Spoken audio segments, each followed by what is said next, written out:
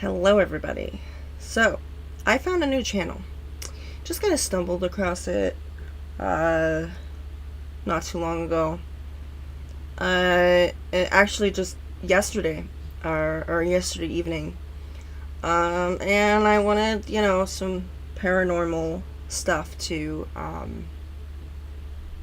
fall asleep to, which I don't in the past I have not normally done because, I wasn't really always in tune with the spirits, you know what I mean? And so typically, what I would do is, I would just get really super paranoid sometimes. Because, I felt that there was a presence when I was watching these paranormal videos. I felt like there was somebody. Perhaps looking back, it was somebody that just wanted to reach out to me. And at the time, it kind of gave me the freaking creeps. I was just like, this is making me very paranoid. And I kept feeling like there was somebody just kind of going, "Are you there? Are you there?" Yeah. It's just something that I felt. Now I am more of accepting, and I'm more calm. I'm not afraid of everything. And now I find it a comfort if there is a spirit that decides to connect with me while I'm watching these videos, because it's quite possible that they know that I am a kindred spirit, that I am somebody that can understand them and hear them and probably solve their problems. And I'm very much a mother to spirits. I see myself as being a mother to them because they come for me for guidance as well.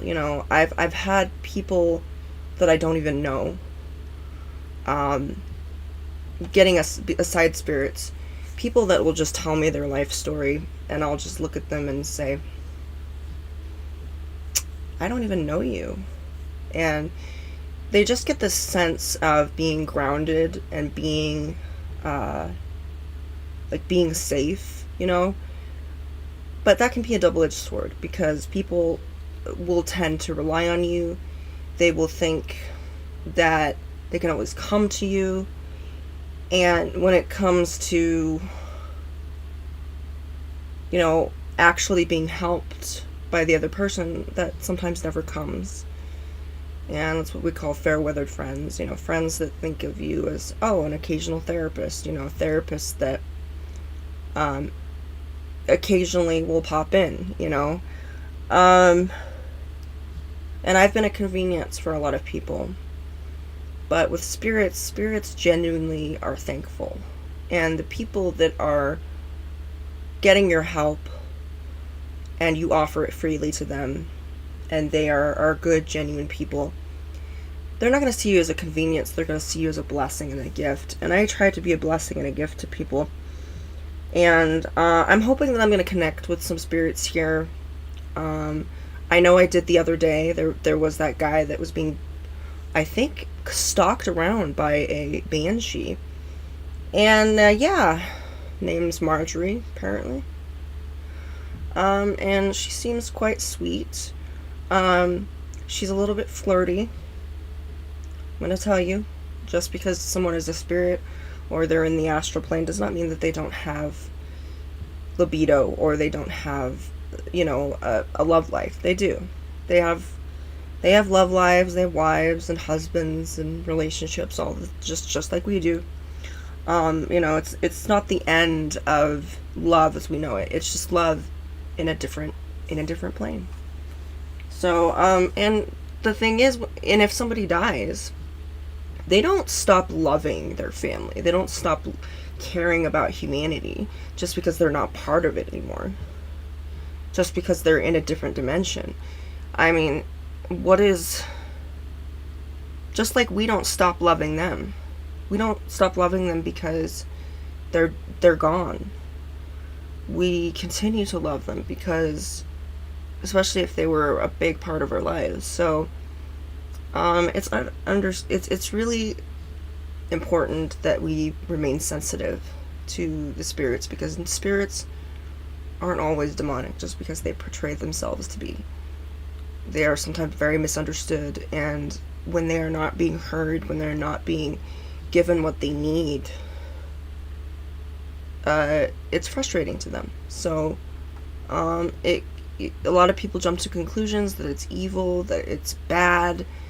And how do you think that would feel? Because I know what it's like to be misjudged, where you do all the good things, you do the good things, and you do the good deeds, and then people still just don't see it. They still think that you're, a Mr. Burns, excellent. They still think that you're sitting there sharpening your teeth or sharpening your knives for the next attack, and it's like, that's not me. I don't know what character you're thinking of, but I ain't chilling like a villain here. Well, I am, but not quite like Mr. Burns. I'm not quite that kind of person. I would say Mr. Burns is definitely, would definitely be a goal. That kind of chill energy would definitely be good. But he's also selfish and he's an asshole, so there's that. So we gotta, let's see here. So, this channel is called, well, it should just say it right here. Let me see. Yeah, I think it's called NC Horror. They have only uploaded 48 videos so far. But so far, the editing has been very crisp, concise. There's not any dialogue, which I love. That means that I don't have to compete with, typically I don't have to compete with, a narrator, with Callan or Nuke, or with, any of those. And I can just kind of just dive into it, Seems like a good thing right there. So we're gonna dive right into it here.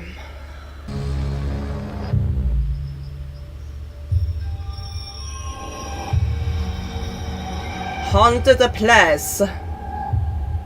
NC Horror Tales. Okay, I thought it was horror stories.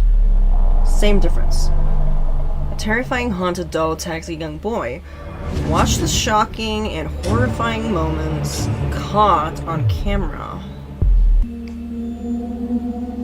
So, just a doll.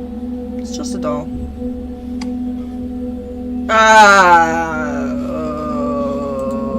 Wow. Okay, that no. I don't know why I did that. That was bizarre. So,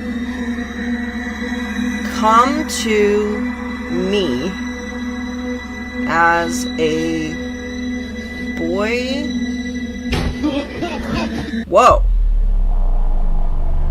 So sorry that I have to do this, but I want to kind of see. So,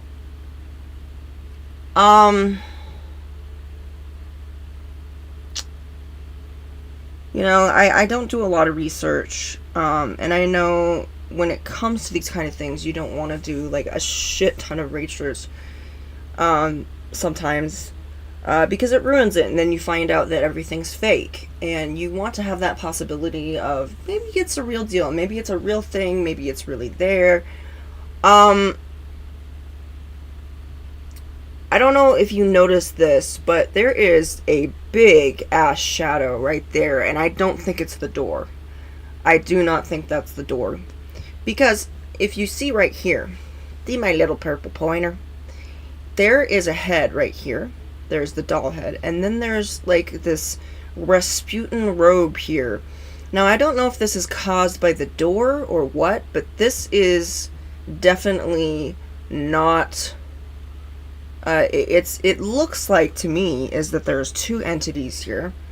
One is holding this particular entity up, and I don't know what's going on with the head, but he's got like a wedge head. He's got these eyes, this Picasso eyes. This is like a Mr. Potato Head kind of thing going on here. This is like Mr. Potato Head, but it looks a lot like Nerpo from Jack Stauber's, if you don't know who Jack Stauber is a singer, animator, and he was he kind of got his first album out in 2017. He's very weird, he's ADHD, obviously he's on the spectrum. And he has made a couple of videos that are claymation animation, and they were put out on Adult Swim, a lot of them. They're very bizarre, and they're cool. I like them. And this kind of looks like Nerpo, which was a claymation cursed video. A lot of them, people thought that he was cursed. There was a lot of people that actually thought that Jack Stauber was, you know, a blast from the past. He's not. He simply did old style animation, and he put a VHS filter over it. He actually had a VHS player, and he would get the little speck, you know, the little dots and specks that you would get from a VHS player. I'm old enough to know about VHS tapes. They used to be gold to me. Now they're just relics of the past now. Sometimes, occasionally, people will collect them. And yes, you can purchase VHS players just about anywhere. You just have to know where to look. They don't necessarily sell them in the stores, but they do probably have them on eBay. Maybe on Amazon, I'm not quite sure. I haven't really looked for VHS players. But we're getting to a point where we don't need DVD players, we don't need VHS players, we don't need any of that, because we're doing everything digitally. So, yeah, just looks like Nerpo. And so here we go, we're gonna continue it. So there's something holding on to him, obviously, and something's holding on. Okay. It's a vintage doll. It's vintage. I don't know what it says here. It says, "Come to me as a boy should."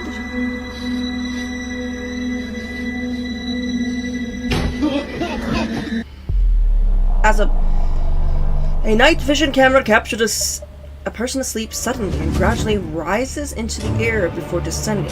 This simply cannot be described as sleepwalking, as it differs from typical nocturnal behavior. Blah, blah, blah. Yeah, I made a comment for this. I literally did. I said, first guy's just doing Pilates, you know. He's doing his exorcism Pilates in the middle of the night. He was probably doing Pilates. Who knows? Maybe this spirit is trying to get him to do Pilates. But dang, he's got, whoever this has pretty muscular legs. Yeah. So I think he was just helping him out. Helping him do Pilates. A dark shadow relentlessly haunts man, pushing him to the edge of terror. The chilling fear leaves him with goosebumps. He's like, what? Говори что-нибудь, только не надо погромко. Sounds Russian. I don't know much about this. Yeah, I've subscribed, I know.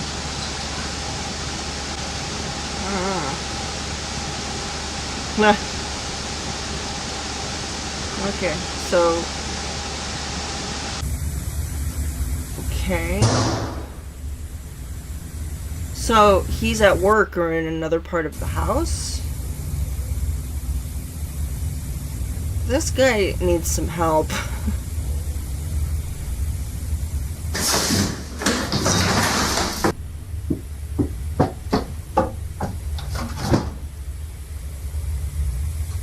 Sounds like someone's going up the stairs and trying to open a door. And they're like, can you let me in? Can you let me in?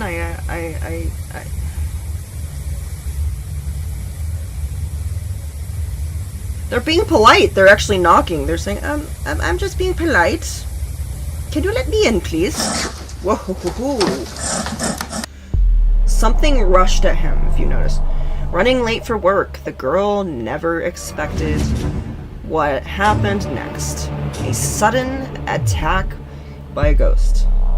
Yeah, this is If I remember correctly, I saw a little bit of this, and it was so pause this real quick. She is wearing what you would know as a work suit. So it's kind of got a V-neck here. You've got the white, it looks like a work, something you would wear to work.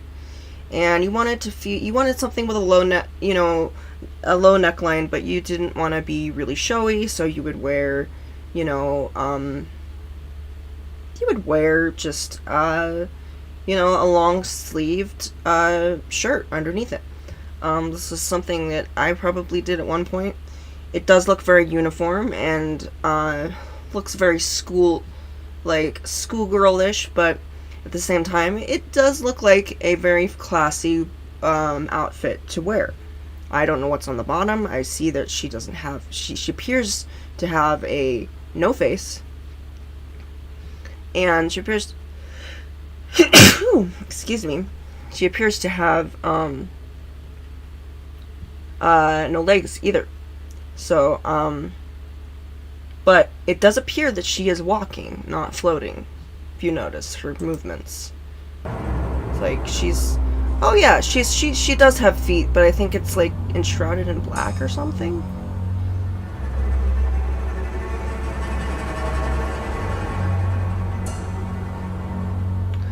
So this right here, most would say, oh, it's a possession.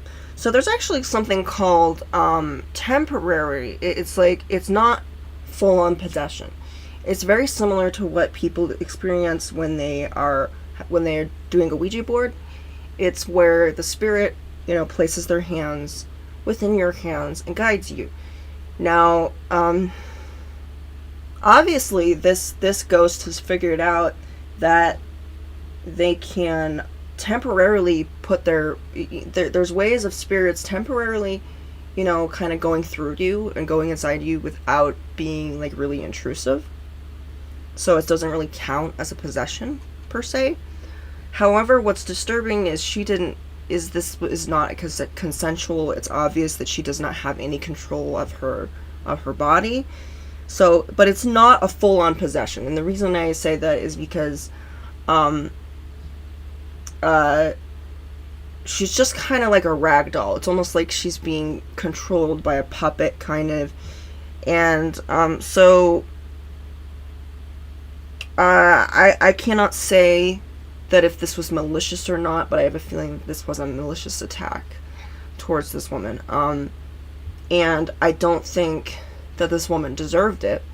I think this is a very angry spirit, perhaps someone that worked here.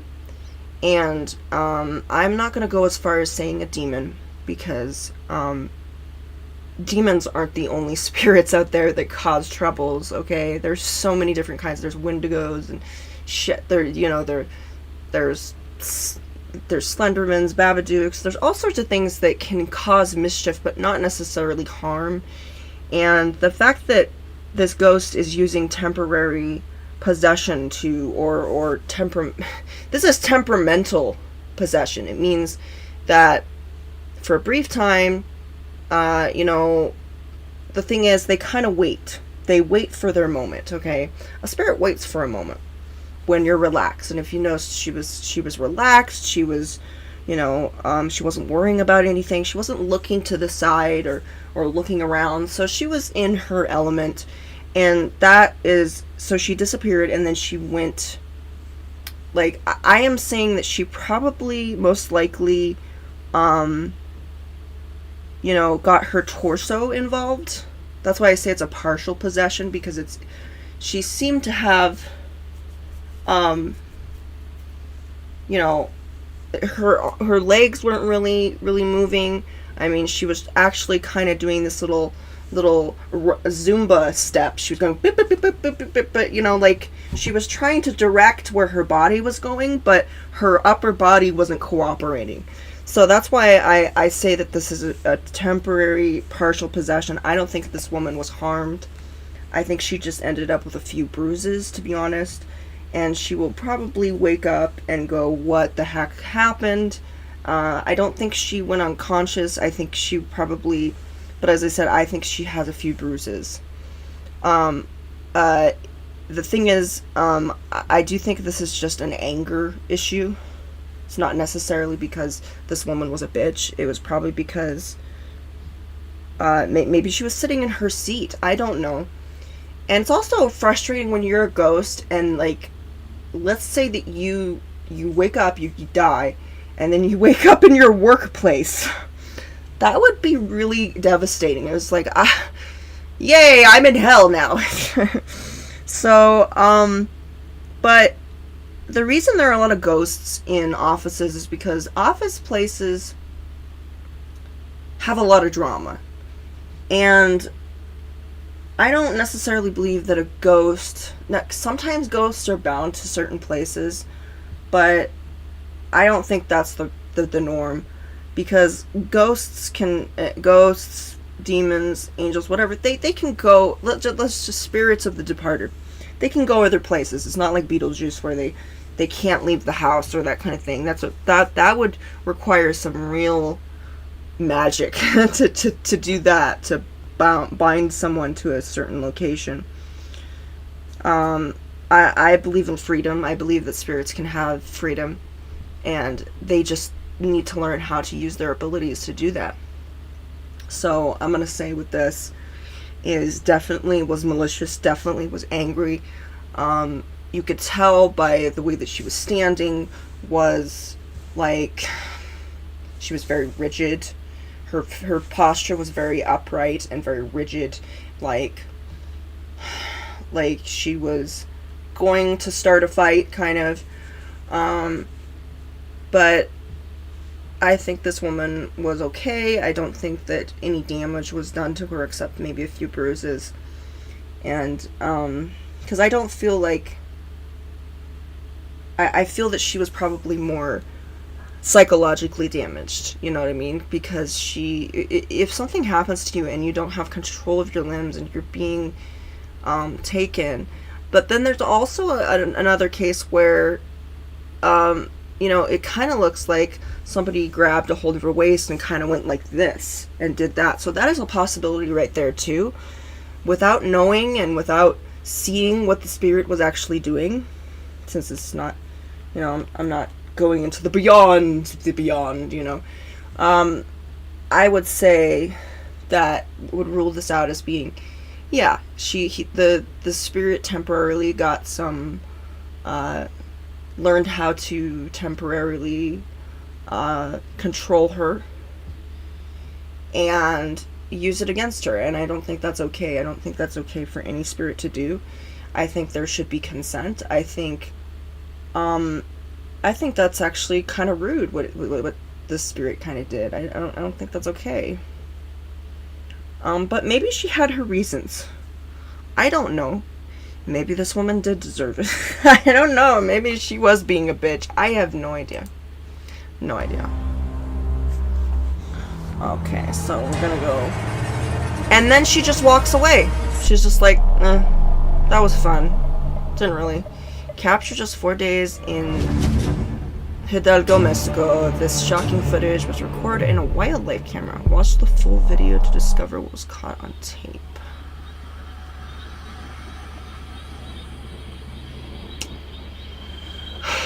So, pause this. Okay, there's nothing that looks like that. It is not a werewolf. There's no fur, if you notice. That is a skinwalker. Skinwalkers typically have very strange limbs. Sometimes they'll be like a Harry Potter werewolf and they'll look very similar to that. Other times, they will just be very long and slim. They can stand upright. They have the ability to stand upright, but they also have the ability to crawl because they're very lithe. Their limbs are very flexible. So they also have very strange joints. Their joints aren't similar to are actually kind of like I said. They probably could. They probably don't have like kneecaps and that kind of thing because they can actually like bend their leg in the opposite direction. They're very flexible, and they are mimics. They're very much like Wendigo. A lot of people get them mixed up, but Wendigos are mimics. They're shapeshifters.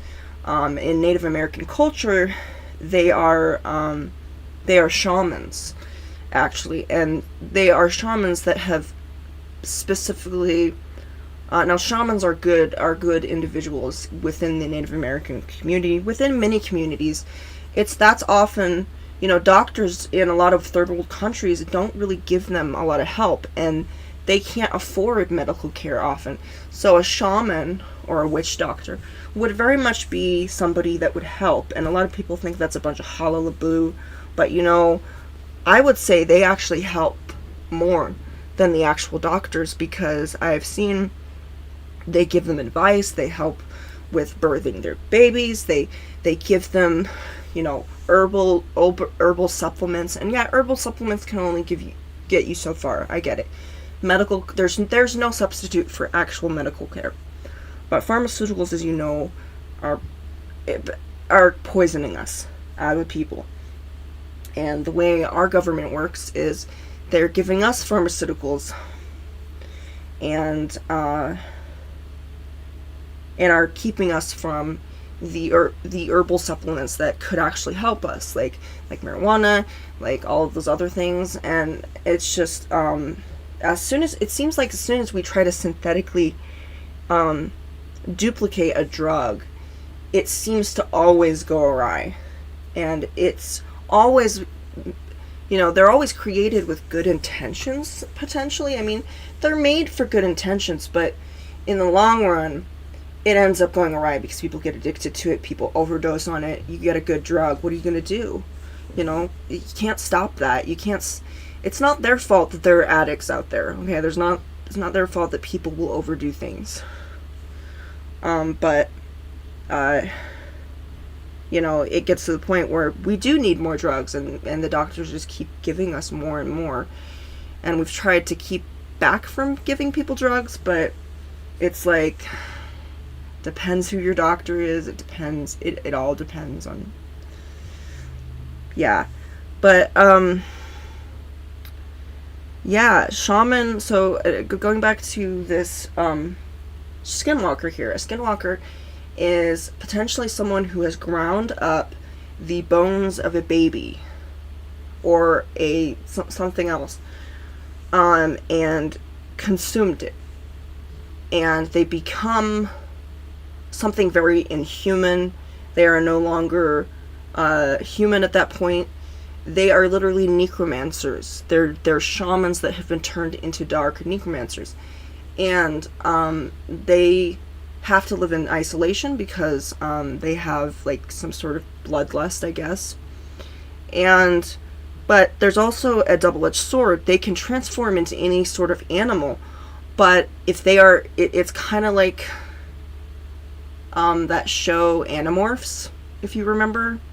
There was a TV series as well as a whole book series before that.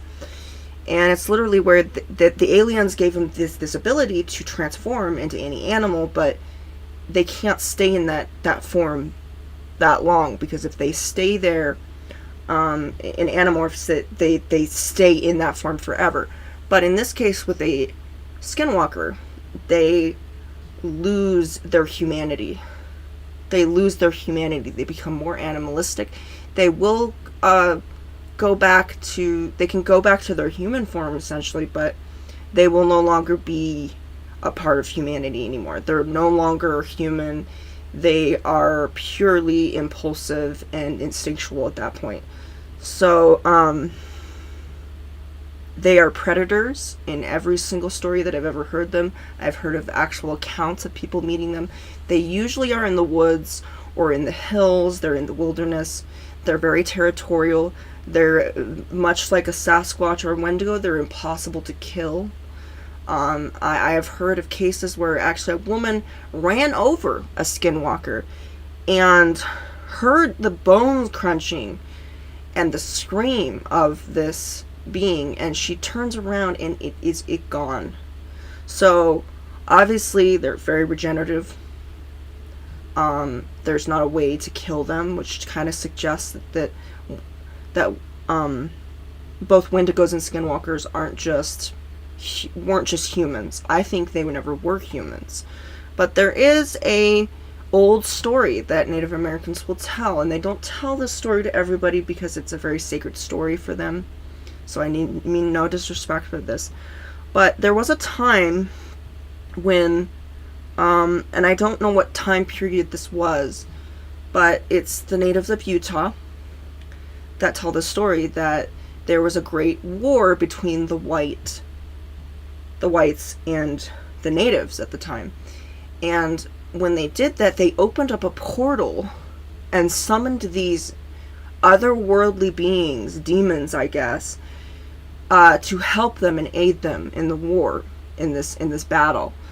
I don't know if it worked or not, but that's something to be said. I think there's some truth to that, because I think possibly the Native Americans, they have a affinity for magic and for spiritualism because they're very spiritual. I think they probably at one point, maybe it wasn't at that time, but I think definitely they must have summoned something. Somebody did at some time. If it wasn't them, it was someone else. But whatever they are not human. So despite the folklore, I don't think they ever were human. I don't think they ever were human at all. I think they're some sort of otherworldly being that we are not aware of. So yeah, Skinwalker, obviously, unless that's freaking Slender Man with a back problem. But you can see they don't really have a back. The backbone is like very slim. They seem to be all bone. A hospital surveillance camera captured a chilling moment. The soul leaving a woman's body. So this has been shown many times, and I do believe it's fake. I do believe that this is fake. I don't know why they faked this footage, but they did, and I've heard in recent times that's actually, this is a fake footage, but for some reason it always shows up. Like, I remember when I was first looking for paranormal stuff, this is what showed up. So, and if this isn't, I'm just saying, if that isn't fake, it's probably not the soul of that woman. It's probably like some spirit that just decides to lay down or something.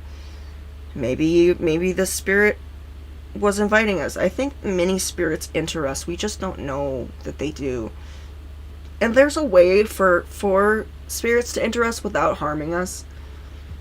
And as I said, it may not be consensual, but what I am about is, please, with spirits, I'm like, first of all, ask permission first, but also make sure that you're not damaging the vessel, because believe me, spirits gain nothing by destroying a body, okay? They don't gain anything. Unless they're trying to specifically kill that person, they usually don't want it. It's like a virus, okay? Take Ebola. Ebola was killing the host, but the main thing of a virus is simply just to take over the body, not to kill it. They don't want to kill the host, because then what's going to happen to them? But as you know, they don't have that much intelligence. Viruses don't. They do what they do to survive. And but logically, they don't want to kill the actual host. And that's the same with spirits. They probably would prefer not to harm the host. So there are ways of temporarily taking over a person without harming them. And it's very difficult to explain. I mean, there's all sorts of possessions out there, obviously. But there's ways of doing it where you don't harm them. And if you ask me, if somebody is harming the vessel that they're in, yeah, you might want to get a new job as a spirit, because you're destroying the vessels that you're in. But some spirits are malicious like that, and they will typically, they don't care. Some of them just don't care. They'll just blame it. Late at night, hospital security officers heard a strange noise echoing down the corridor. What they discovered will leave you terrified. I beg to differ. So he's going. He's there. And it's on. That's cute. What the hell? The funny thing about that is, that's not, I don't think that's a battery-operated toy, either. But then again, it does sound sort of generic, so it could possibly be faked. I mean, that sound can be duplicated easily through speakers and whatnot. Is that your horse?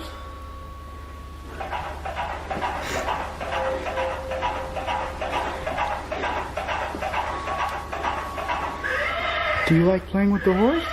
Oh, maybe it is battery operated. It could be. What the hell? But it doesn't... Is that your horse? It could be.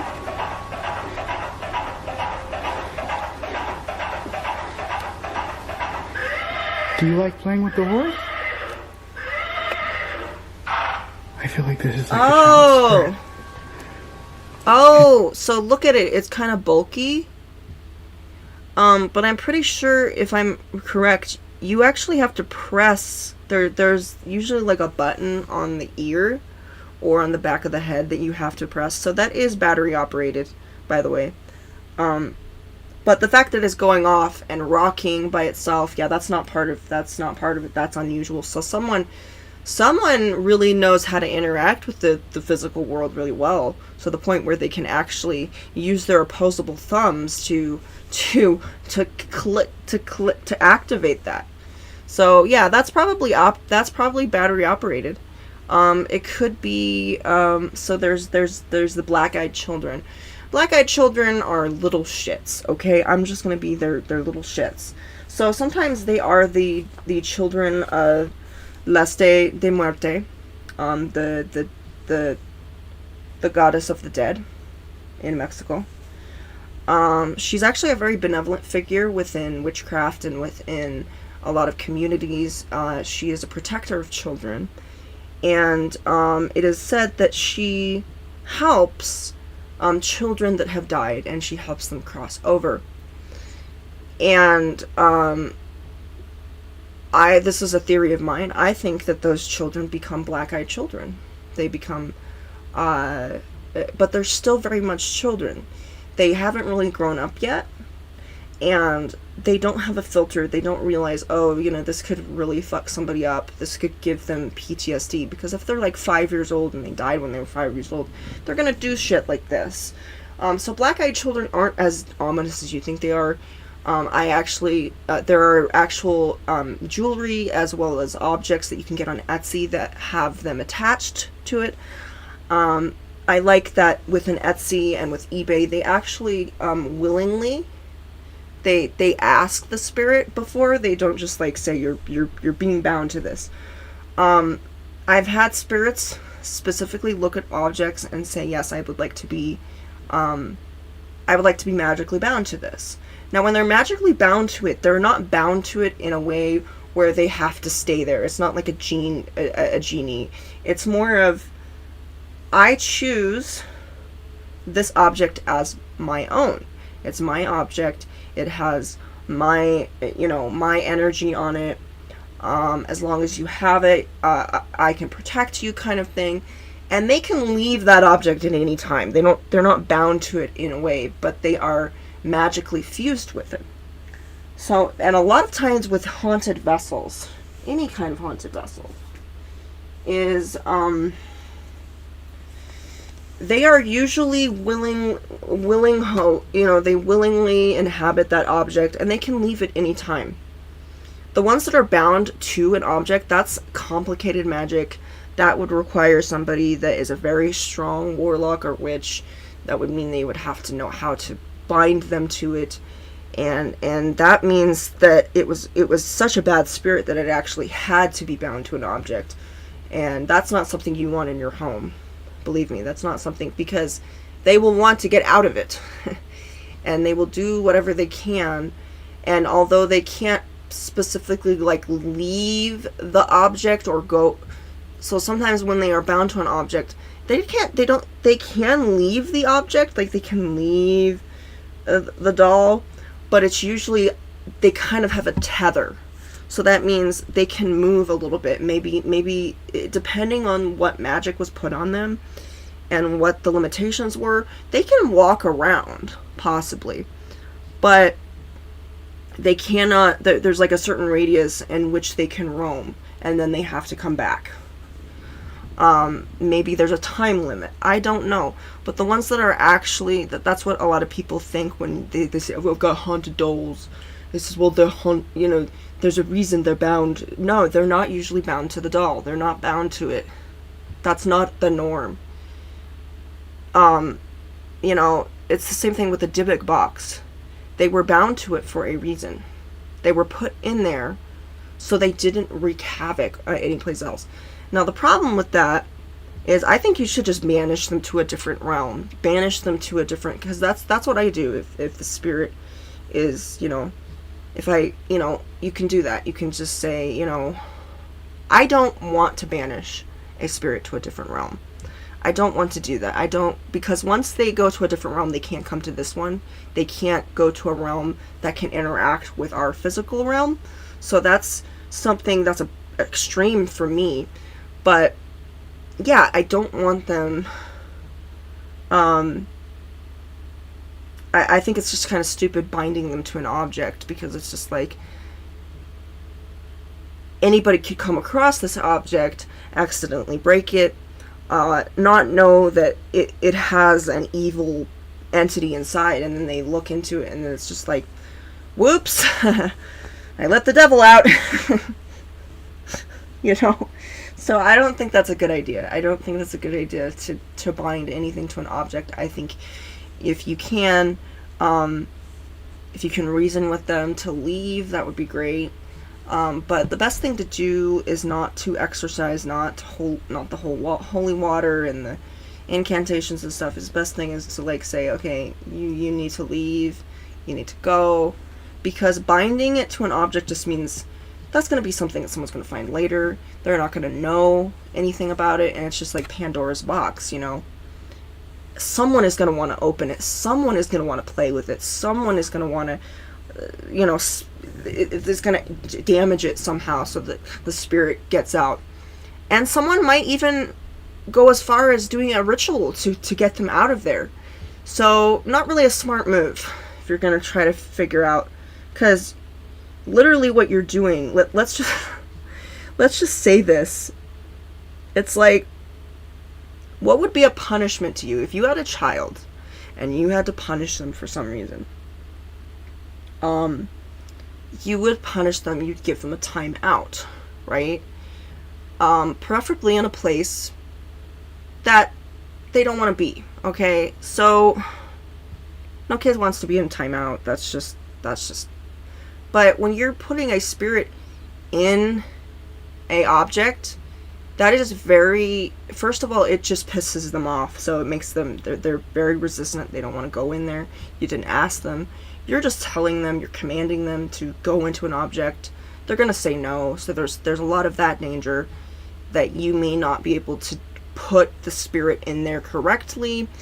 And there's that, because you're risking your life and as well as someone else, as others that you care about. And then another thing is, it's really not much of a, after you think of it, it's really not much of a punishment, because they're still stuck in they're still stuck in a place where they can interact with people.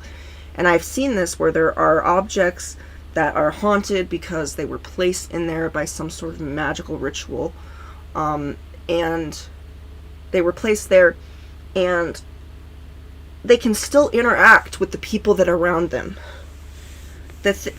When they are when they're inhabiting an object, they can still interact with you. They can still get out of it. No spirit because since spirits are not physical in the sense that that they can, you know, like, they go through walls and stuff. So it's quite possible that they can leave their vessel at any time and harass you. So you didn't really solve the problem. It's almost like you kind of put your kid in timeout, but you put them in timeout at the park. You know, you just like, you go in the corner over there. Where, you know, and you know, you gave them a playground, literally, is all you did. You were mad at them and you gave them playground. That's great. No, just banish them the normal way. Don't put them in objects. In this room. And it oddly got actually cold. Yeah, I can feel it. Khi Franco TV tiến đến con ngựa gỗ này để kiểm tra, nhưng hoàn toàn không phát hiện điều gì bất thường. Và nó vẫn là một con ngựa gỗ vô tri vô giác. Anh đã cố gắng kiên nhẫn chờ đợi con ngựa gỗ này chuyển động một lần nữa, nhưng nó vẫn hoàn toàn đứng yên tại chỗ cho đến khi so you see it's got little và đó cũng là những thứ duy nhất mà Franco TV đã nhìn thấy ở khu bệnh viện bỏ hoang này. Các bạn cũng có thể xem chi tiết đoạn video này hơn tại kênh YouTube của. That was weird. Why did it have commentary, Thai commentary on there? It sounded like Thai.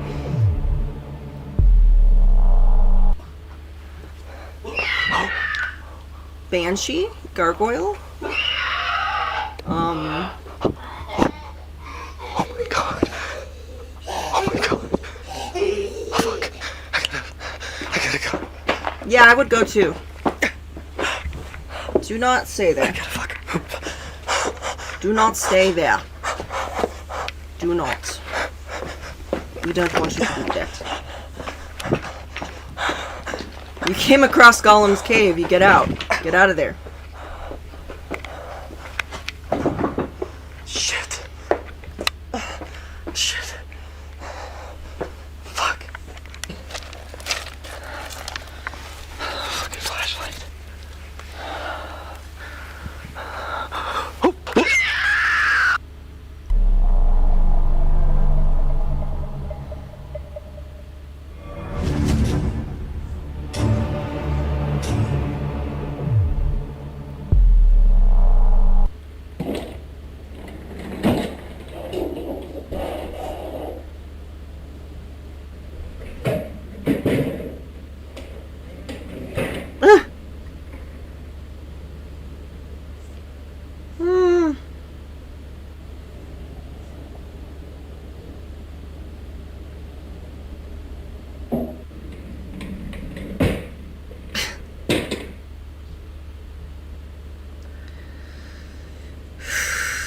I guess they're just getting bored.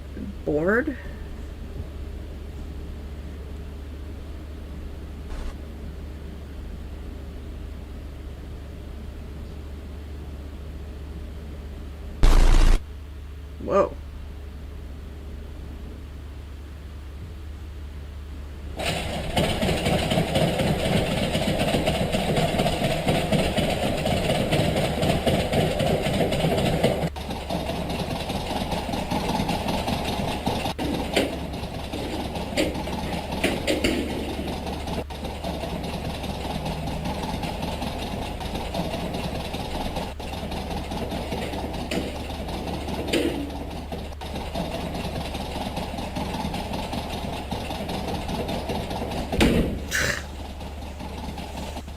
Let me see here.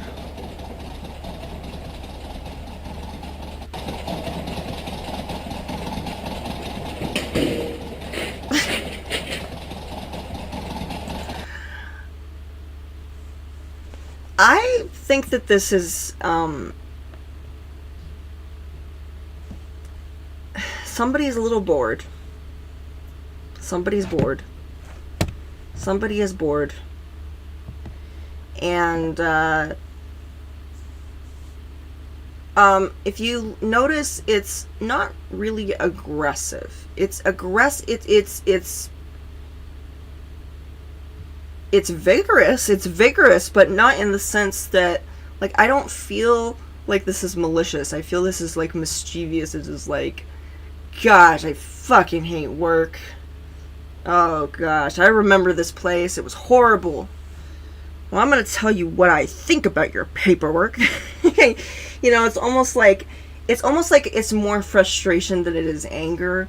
But I do feel a hint of anger. I feel mostly frustration.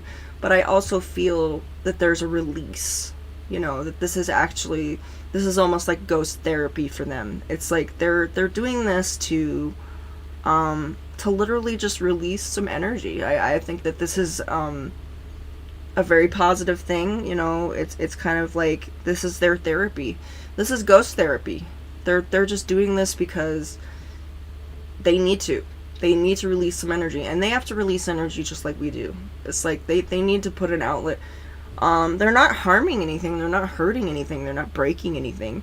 So that kind of shows me that they're not, you know, doing this because they're really like angry. This is more of just your average poltergeist. You know, your average prankster poltergeist. You know, you probably could have, you know, if you probably could have a few drinks with this one, and he or she, I'm getting a I don't know what gender this is. You know, I would say I'd have to kind of focus here. I'm saying female. I'm getting a strong female vibe. The male vibe, there's a masculinity quite from the spirit, but it's not prominent. It's not a prominent. So I would say that this was a female spirit, somebody that worked in this office, did not like working in this office, and is kind of angry at their boss. You know, there's like, I'm gonna show you what to do with those paperworks, and it's kind of like when you get angry, you get frustrated and you take it out, and you just automatically like start laughing. That's what I feel that this is. It's just like they are frustrated, but afterwards they're like, damn, that felt good. That felt really good. You know, now I feel like I've released all my energy. I'm feeling good. So I would name this as being, this is not malicious. I would hang out with this poltergeist. I totally would, because this poltergeist is like, feels like, there you go. Okay, well, they broke something. They broke a little something. I think they broke that.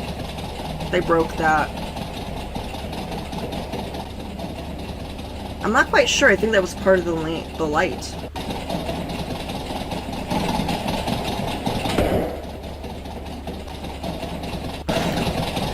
I guarantee it. I guarantee you. So sometimes there are spirit guides for spirits. Okay, there's spirit guides for us, and there's spirit guides for spirits. There are angels of death. They're not angels. They're actually, when I first encountered an angel of death, I felt sick. I felt nauseous. I felt like I wanted to find an exit. I felt like I wanted to run. And I expressed what I felt, and they said, "Oh, I'm so sorry. That's just kind of the overall vibe that I give." And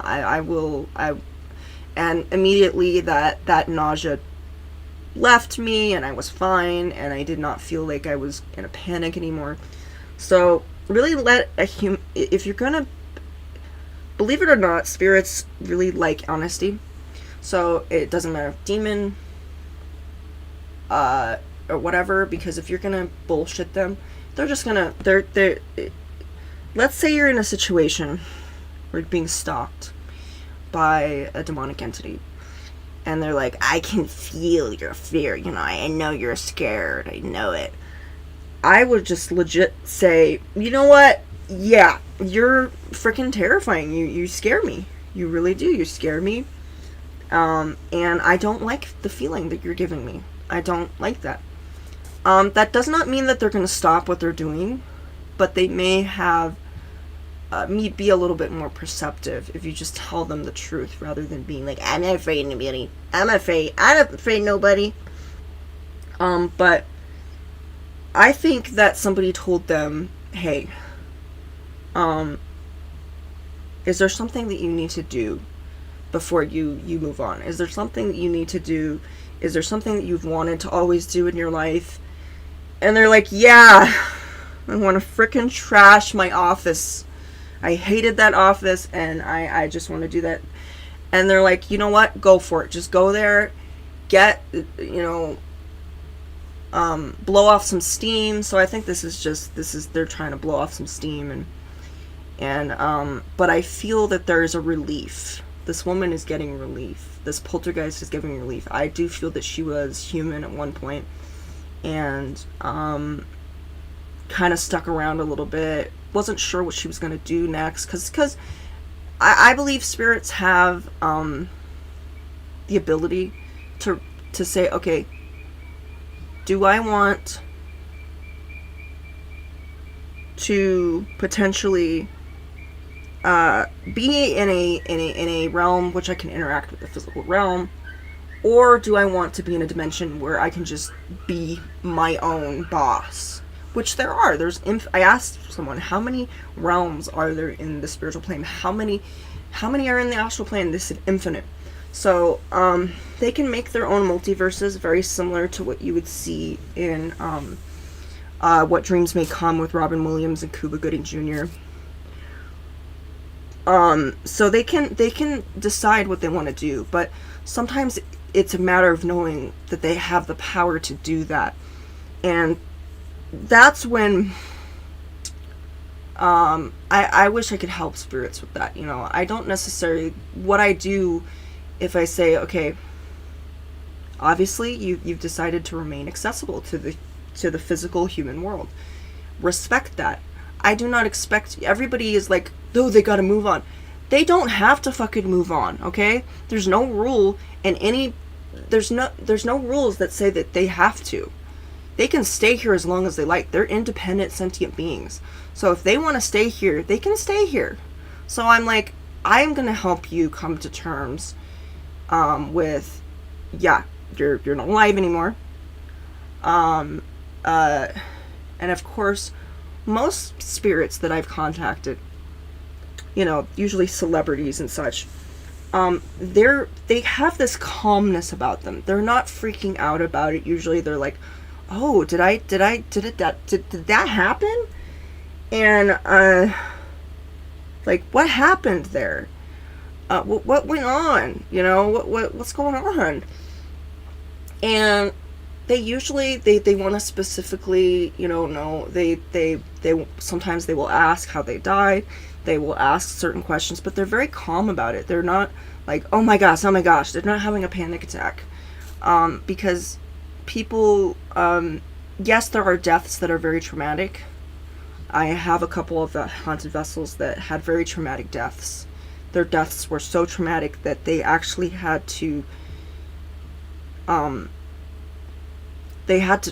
on to other spirits and fuse together with them, because they didn't think that sometimes there are spirits out there that spirits can actually fuse together and become one entity. It's actually a really cool thing when they're able to do that. So if you ever have a haunted vessel and it seems to be more active than usual, it's probably because there's more than one spirit that is inside.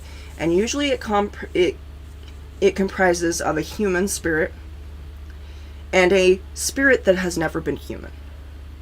So elemental, fairy, whatever, it's usually something that's there.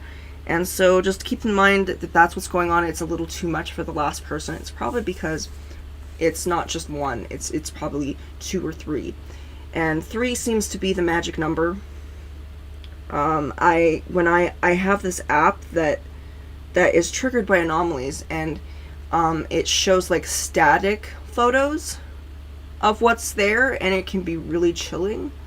But I got to know that, obviously when you're taking pictures or you're communicating with a spirit, it's not going to be very clear. It's going to look really freaky because you're potentially taking a photo, or you're potentially having a conversation with somebody that's almost like in a different country. You know, it's like you're video chatting with a person that's really far away, and the signal isn't really good. And so take that in consideration. Things are going to look really scary and distorted because that's how they appear to us. So just because something looks scary or looks terrifying, it's quite possible it's because of how the image is displayed into our reality. The fact that they can display themselves in this reality is amazing. So don't be too hard on them. If they look freaking horrifying, try not to say things like, "Oh my gosh, this is creepy," or "you're ugly" or something. Don't insult them, but just give them a chance, because it's quite possible that because of how they're projecting themselves into this realm, it's slightly warped. It's almost like, it's not going to always look pretty. It's not always going to look pretty. And just because something doesn't look pretty does not mean that they are bad or evil. It just means they're having a hard time. I mean, when was the last time you tried to project yourself from a different dimension? You know, I mean, I astral travel and stuff, but it's not always what it seems to be. So, you know. Why do they keep doing this?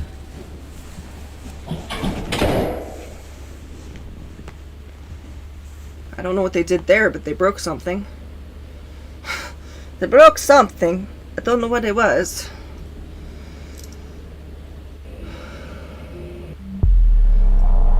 Terrified father enters the bedroom only to find the ghostly figure of a woman standing motionless in the corner. What happens next will shock you.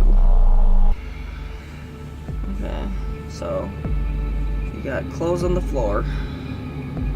Obviously this is a real deal, because they obviously don't know how to use the camera. And I'm going to my daughter's bedroom, and why are you opening the door? What are you doing? Why is it black?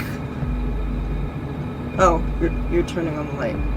Oh, she's just hanging out. Is that Marjorie? Was that Marjorie? Was that Marjorie right there? Let me see. Okay, let me see here. So, yet again, blurry. I don't know what it is, but it seems to be quite common for... This may be a lady in white. From what I've heard, I've actually had people that have actually had a lady in white and encountered them, seen them sometimes. Often, a lot of times, they go...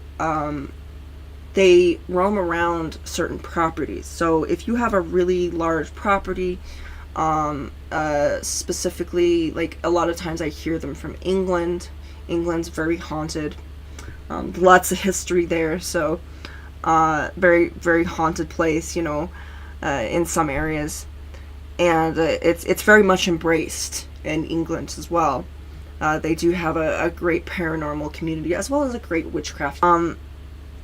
There might be some skeptics out there. There might be some people that just think it's just schizophrenia and that over imaginative stuff. But this may be a lady in white, but it seems to be. But also, if you notice, banshees also have black hair, gaunt face, and they have a white dress usually. So banshees have kind of shown themselves to doing that. So this is one of those things. I don't know if this is a lady in white.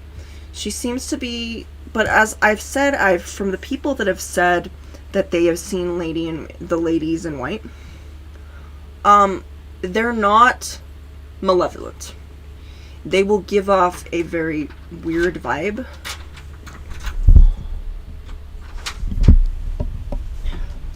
Yeah, they'll give off a very weird vibe, but they won't specifically be like,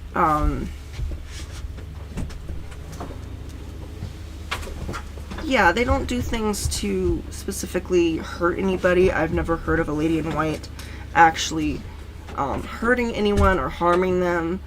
I have only heard of them just kind of roaming around. They just roam around. They're chill. But person was actually on Instagram, and they said, yeah, I have a lady in white. I have a house. And I don't remember if it was in England or something, but they had a very old house with, huge grounds, and all of that. Huge property. And they said, yeah, I didn't mind the lady in white, but there was a child that I think was hers that was in the house, and she terrified me. So childlike spirits are scary because the fact that they don't have, so an adult spirit, especially an adult spirit that was used to be human, they are still, they're very immature. So if you think of a child spirit, doesn't necessarily, even if they are hundreds of years old, they may not have matured, like, mentally at all. They're still in that childlike state. And so when they do things, they don't think about the consequences or about scaring you. They're not thinking about that. And it's probably because of that. But also there are some spirits that will portray themselves as innocent so that they can just, like, play a trick on you, because they have a childlike quality about them. So do be careful. Don't assume just because they show themselves as a child that that's what they are. They could very well be a demon. They could very well be something evil. But don't jump to conclusions, But this spirit particularly, I would say her name's Coraline. Coraline just kind of just jumped into my head right now. So this woman's name's Coraline. I don't know if she was human. I don't think she was ever human. I don't think this is a human entity at all. This is possibly a hybrid. This is what we would call a hybrid of some sort. So as you know, there is a love life in the afterlife, as well as in the spiritual realm. So this is probably a hybrid, something in between a banshee and a lady in white. So this is something that would generally be very quiet. I think what kind of happened is there was a male banshee and a female lady in white, and they got together and they had a child, and here we go, there you are. A very, very tall, beautiful figure, and she's just kind of figuring out things. I think she's just, like, showing up. She's just chilling in the corner over there. I don't see her as being malicious at all. I think she's just somebody that might look malicious, but she's harmless. I really would. I see her as being a motherly kind of figure. I see her as, this is a child's room, it's stated. So it's quite possible that this figure, I don't think she knows that she can be seen either. So that tells me that she is quite, I would say she was about 25 years old in human years. She's young and experienced. She doesn't know about certain stuff, and she's just kind of she's looking after this child that's here, because she thinks that's her role. So some of us have angels and some of us have banshee hybrids that watch over us. So great. So who's your spirit guide? Who's your spirit protector? Slender Man? Well, no, mine is Slenderina. So I would say she's very Slenderina as far as games go. Oh, but then she kind of notices. She turns her head, if you notice. She's like, oh, you notice I'm here. You notice I'm here. And then, so she's scanning the area, if you notice. Look at her. She's moving her head. You can see that. She's actually moving her head right there. She's moving her head. She's looking around. She's scanning. She is guarding. She is totally guarding. She is guarding that place. Like, I would just leave her alone. I would say, hey, if you're not going to do anything, terrifying ghost is discovered in the backseat of a car. This chilling encounter will leave you speechless. What do you think? Okay, there's something over there. I don't. Yet again, this footage is shit. But it's because it's CCTV footage, which is the most reliable Oh. Oh. Wow. Is it gonna show the rest of the face? It's a child. Is that a child? I don't know what that is. That is bizarre. Let me see here. We can actually get a good look at what's going on there. So, this person doesn't have sorry, I get so used to spirits. This entity, let's be politically correct here. This particular entity is kind of just chilling here. Just chilling. And they're obviously, they know they're on camera too, so they're kind of going, so you guys can see me? Can you see me? Okay. So this is a child of a gargoyle, no doubt. It's very small. Probably a lot older than it looks. When I say child, I mean the offspring. So this is some sort of gargoyle, gargoyle and Wendigo. I think this is a gargoyle and Wendigo creature. Gargoyles and a Wendigo. That's such a strange mix. So, yeah, this would be a gargoyle Wendigo creature.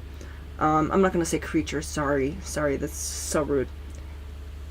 Offspring, child. Let's go with child. I like that better. So this is a child.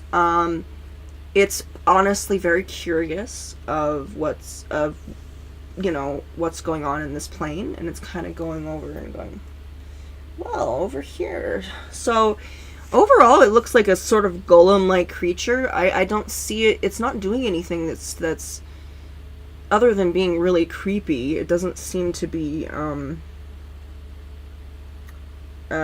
doing anything except getting a free ride. I think this is just getting a free ride. They decided to get a free ride. Either this is a bus or a plane. I'm not quite sure. It looks a lot like a plane. Haven't been in a lot of planes. But I think it's one of those. It's a gargoyle Wendigo child, which is why it doesn't really resemble any other entity that has been shown. And it's just kind of creeping out. So yeah, a boy. I don't know for sure. No, it's a girl. That's a girl. They are a girl. An eerie creature is discovered in an old haunted well deep in the forest. Спокойно, как бы вот еще солнце не зашло. Russian, Как-то мрачно, Ukrainian, очень possibly. мрачно. Еще и в колодце что-то шипит. Может, ужик. Ah, there's something there. Спокойно, как бы вот So they're gonna go over it again солнце не зашло. just to show Как-то what that мрачно, is. очень мрачно. Еще и в колодце что-то шипит. Может, ужик. So I don't know what the spirit is doing. It looks like it's kind of yeah, I don't know. Let me go back a little bit. So let's go back a little bit further.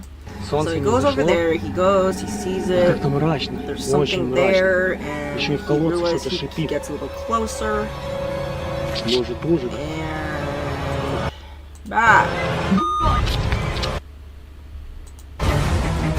okay, it's not getting a really good picture. It's really hard to pause. It's really hard to pause on that time. I don't know what that was. A ghoul, maybe?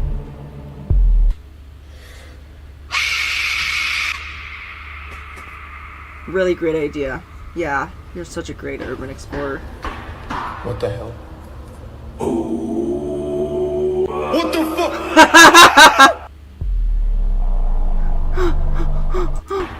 What the hell? I want to hear that again. What the fuck?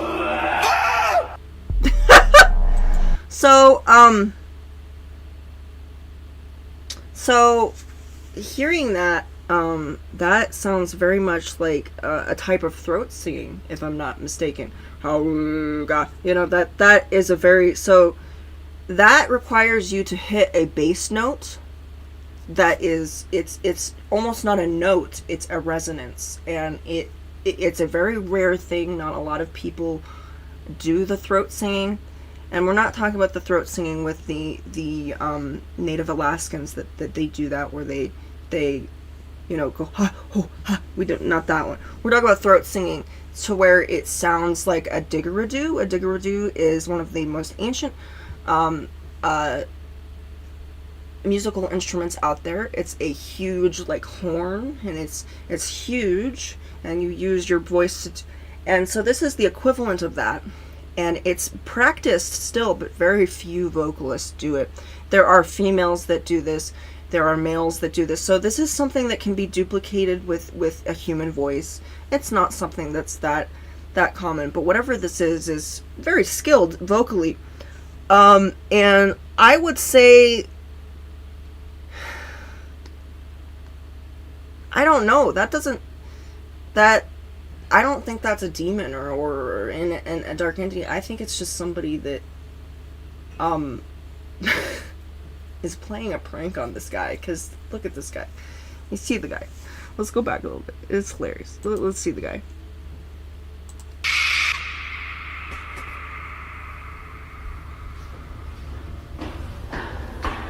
What the hell? What the fuck? Yeah, that is a person. That's a person. So somebody was already in there. They didn't know, and it's obviously that's footsteps of a person. You can tell by the weight of it. So that's somebody that can do the throat singing, and they decided to mess with them because it's so freaking random. This seems like something, and for all I know, I think it's just a buddy of his. He looks like somebody who would be a bullshitter. He really does. He looks like somebody that would fake something just to get more views. He looks very privileged. He's got, you know, he's clean cut. He looks like somebody that would do something like that. That probably did this just to... And the scream is very rehearsed. It sounds rehearsed. It sounds like he didn't want to scream like a girl.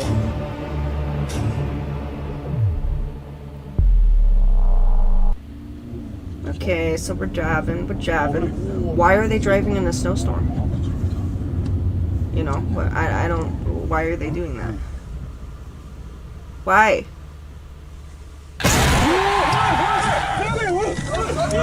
Oh, wow.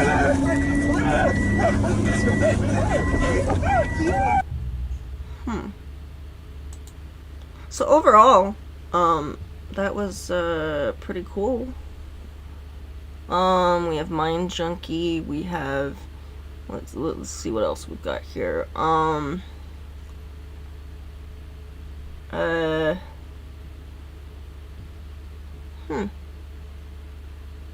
don't see any more of, do they not have any more?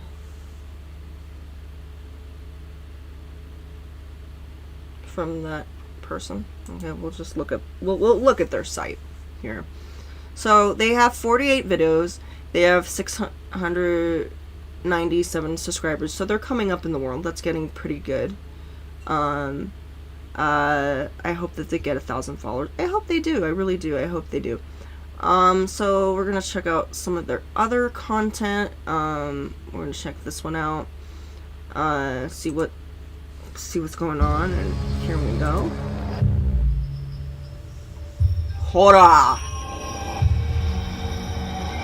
Overall, I like the beginning part of it. It kind of reminds me of like a game that's gonna start, a horror game, so that's very cool. While driving down a dark, eerie forest road at night, a man had a chilling encounter with the mysterious vanishing hitchhiker. What happened next will leave you speechless. He's like, You over there. I see you. What? Unbelievable. A man unknowingly captures a ghost while recognition device. User recently posted the next viral sensation Oh, on this yeah, creepy we saw page, that. We saw making it that. even more intriguing. The video Yeah. shows a man participating in a video call. Something truly disturbing is happening. Please take a look at this. So apparently, whatever that The door is suddenly 500 opens by years old. itself. Over 500. That's enough. Things are getting even stranger. The facial recognition software used during the video call will highlight the presence of people in the room. According to the user, the program shows an angry-looking woman aged between 560 and 565 years old. The theoretical event sparked a series of reactions. While some viewers think it's just a minor glitch in the software, others are more interested in the initial cause of the door opening. This speculates on facial recognition technology's capabilities. Some people wonder if I can detect entities or presences invisible to the naked eye. The unsettling combination of the door opening by itself and the software's bizarre recognition left many viewers fascinated and creeped out. Could it be possible that this technology has discovered something supernatural? Or is it just a series of coincidental minor glitches? I don't know. I don't know if that is. I would like to know what that. I am guessing China, because China has a lot of well, they have a lot of cool technology. A lot of people have really cool technology. They're not necessarily better than Americans' technology, but you know, I'm not competing. I'm not gonna say, oh yeah, our technology's better, because it's like, I'm not one of those Americans. Not one of those Americans. Americans! You know, I don't do that. Unsolved mystery. Children vanished without a trace from this bus and have never been found. Without a trace. 29th, 2023, children who were on a school bus in the United Kingdom suddenly vanished, as if they had never been there in the first place. They were never there. Hey, you can't sit forward like that. Please face forward. Thank you. That's what I like to see. Oh, everybody hang on tight. What?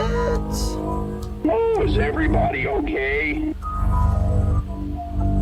Oh! Kids. What did you do with them? Oh no! Now you're gonna be a kidnapper. Now they're gonna ask you. They're gonna be like, "What did you do to our children? What happened?" I have a feeling that was fake. It looks fake to me. I'm just saying. It just looks fake. So yeah.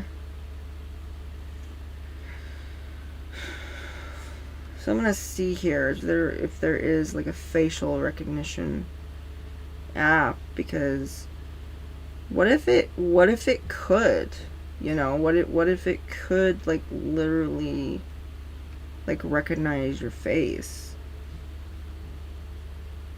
like as a video, because that would be amazing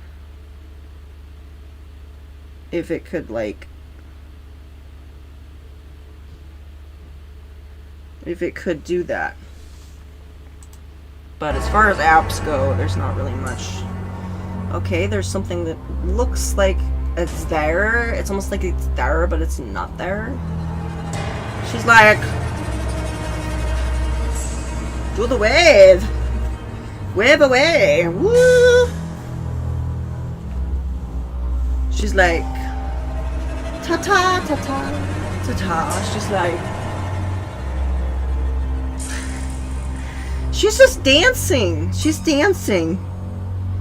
She's dancing with the animals. That's not doesn't look aggressive to me. That just looks like that just looks like something ordinary. Come on. It just looks ordinary.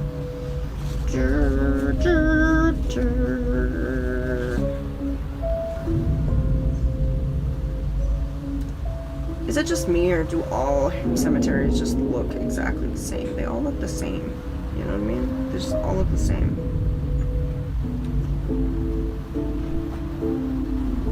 Okay, someone's playing hide and seek. Oh, I just decided to stand right here.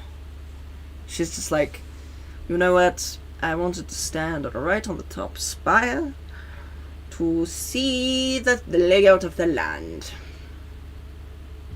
She was behind that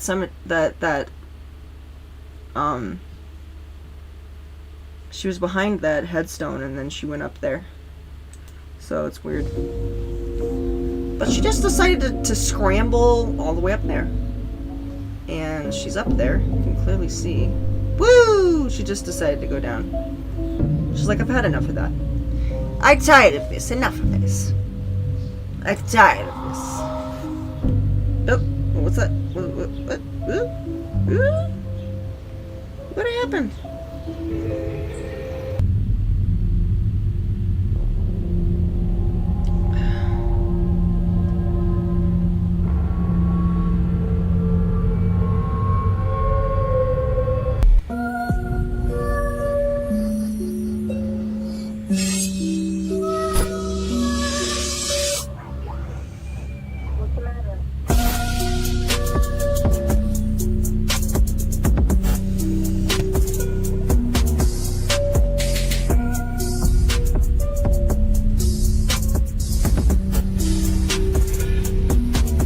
Okay, we're gonna go back a little bit.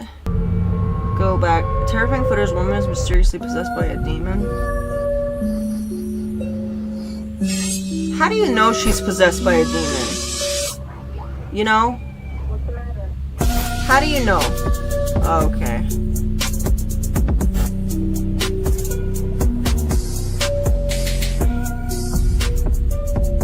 Oh, like nobody can duplicate getting up on the like. Guys have seen The Exorcist, haven't you? The Exorcist brothers are back. Watch out, this video is super scary. Luckily, there's the protection of the dog hat. Today, the Exorcist brothers got a call for help from a 19-year-old girl. In the email, the girl said her mom passed away 3 years ago, and lately, she's been seeing a creepy woman in white around her house.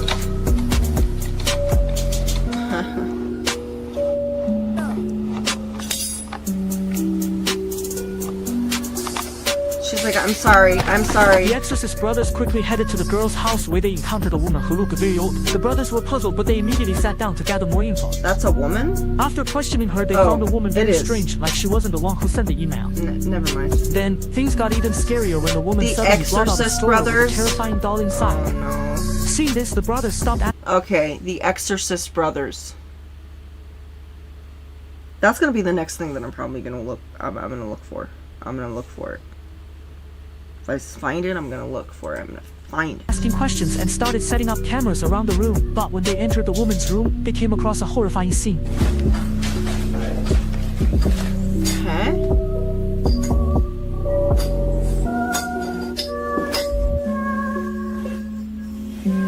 This made the brothers quickly go back to sleep in their own room. In the middle of the night, the camera captured a frightening scene.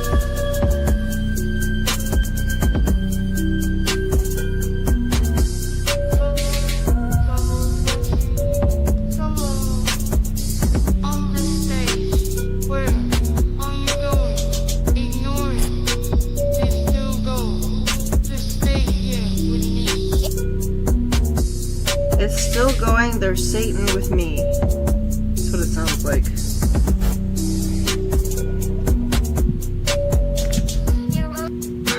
I do that on a regular basis. Why is that scary? It's a good way. It's a good way to stretch out your neck.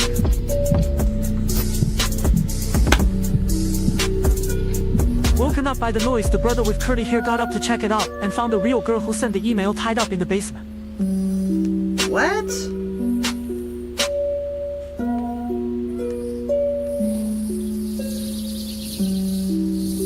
I really sent the email.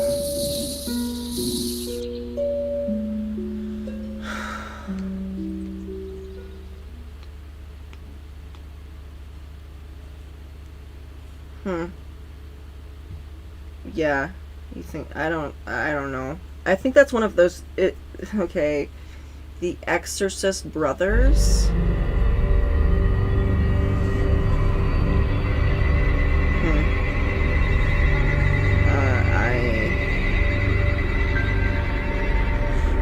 car passes by the basement. Suddenly, a woman walks in front of it and stares at it for a while.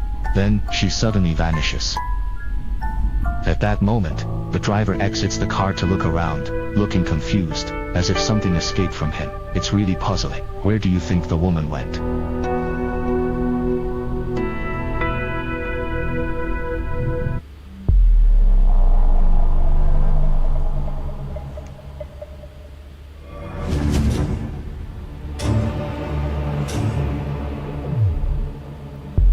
To test his courage, the man deliberately came to a forest rumored to be haunted and began a nerve-wracking experiment.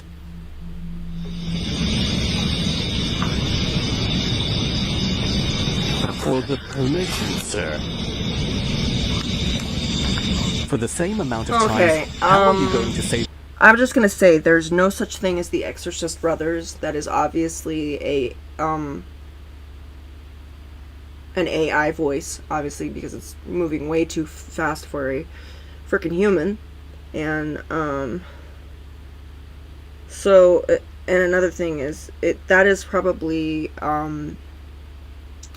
there are two guys, and they go, you know, they have, like, night vision cameras, and so that footage was fake, of the woman being possessed. It was fake. They do it, they specifically, you know, they don't go out of their way and say this is all fake, but they do suggest that this is for entertainment purposes only. They actually say it in the beginning of their video. So that was completely fake. The girl with the girl stabbing it and all of it.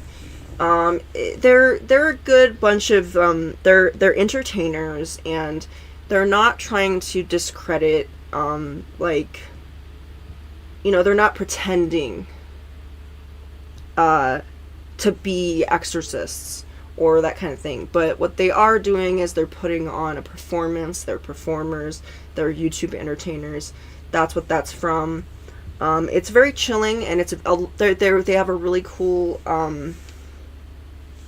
yeah, they have a really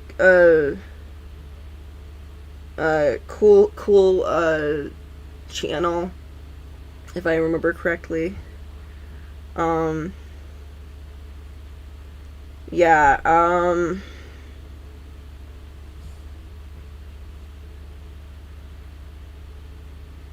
so,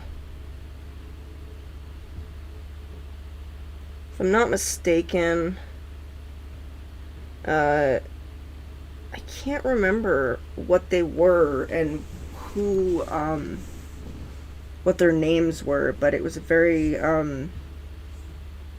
I'd have to find it, because it's actually a really good site. It's very good. It's like,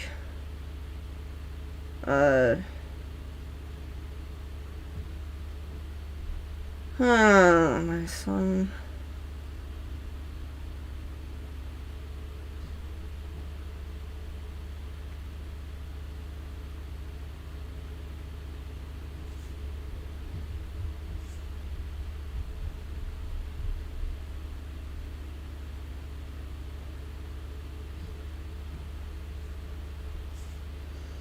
I'm trying to find it, because they're really good.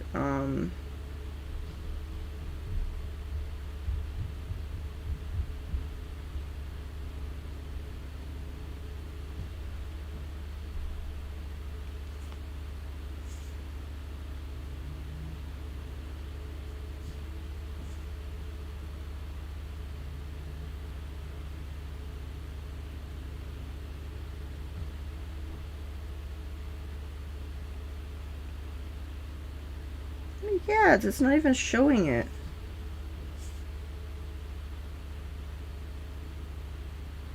Son.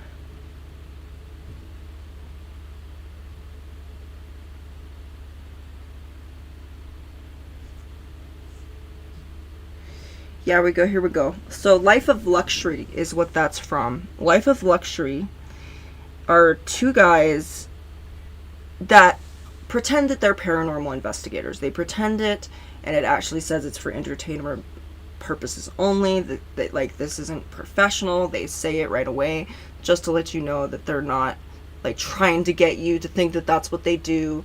So it's a fake reality kind of thing, and I like them. I enjoy what they show because it looks real. It kind of has this, you know, Witch Blair feel to it, and I like it. I like what they do, and if you haven't checked out their, I'll probably show it to you too. I'll show you what they come up with. Same thing again, they're sugar? really cool. Jam.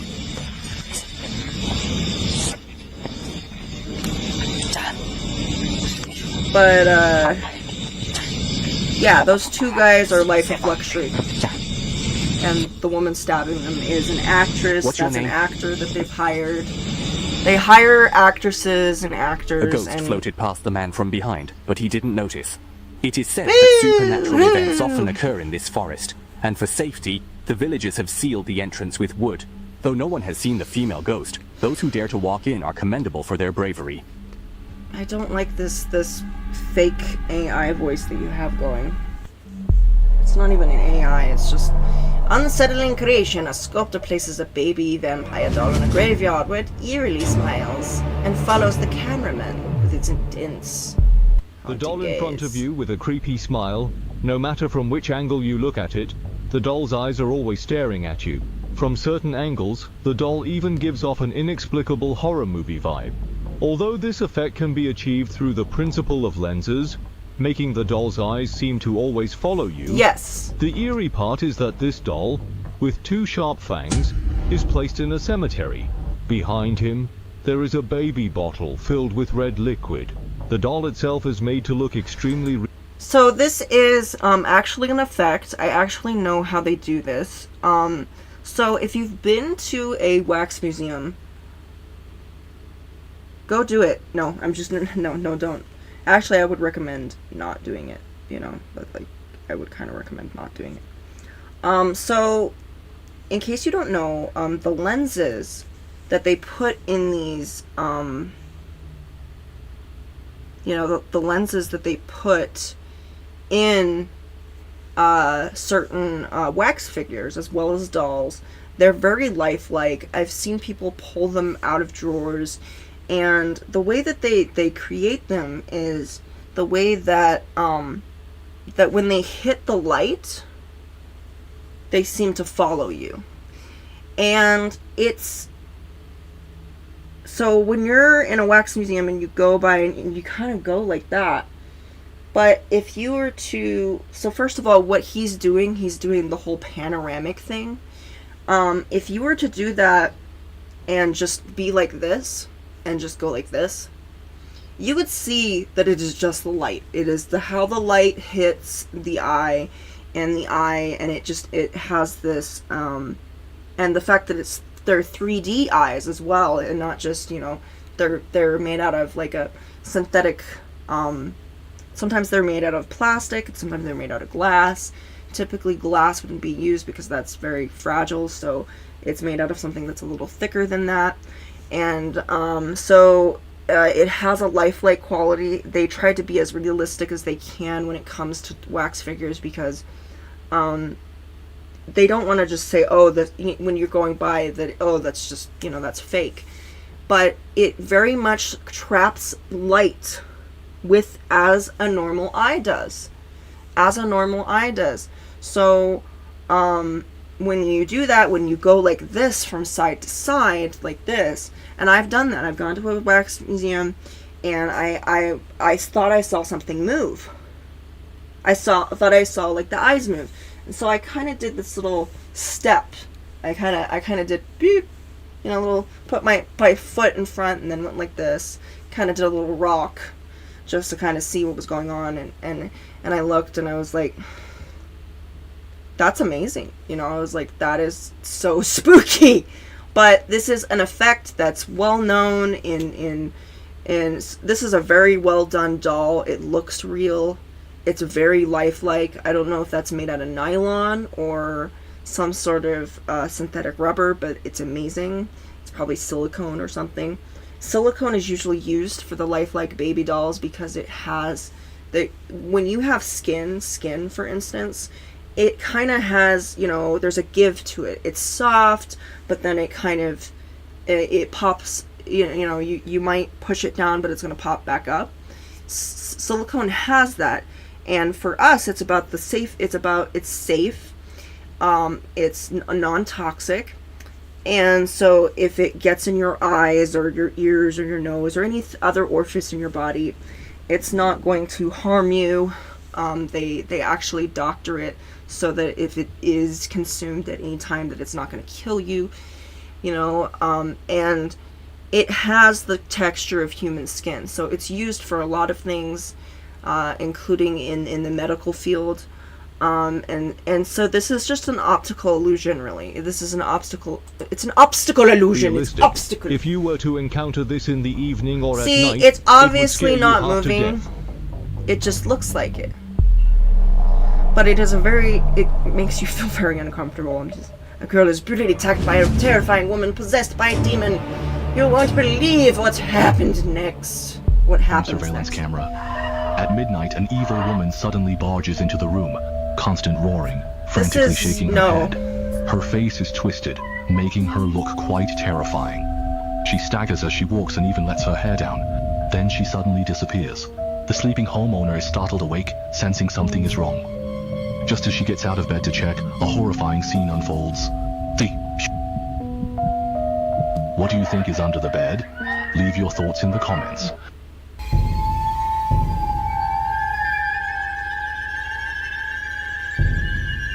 The woman vanishes without a trace. Dun dun dun dun. Dun dun dun dun dun dun dun. Appeared mysteriously into thin air in front of a police body cam. Any It's a show. drugs or alcohol in the vehicle? No. Yeah. Of course not. All right. Sit tight, sir. I'll be right back. Okay. Your registration is What the? Sarah? What the heck? Sarah? 3201.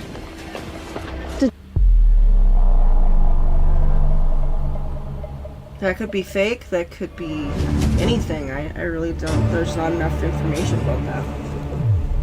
I don't know. It looks pretty good quality. Ah! Ah! Hi. Hi. Hello.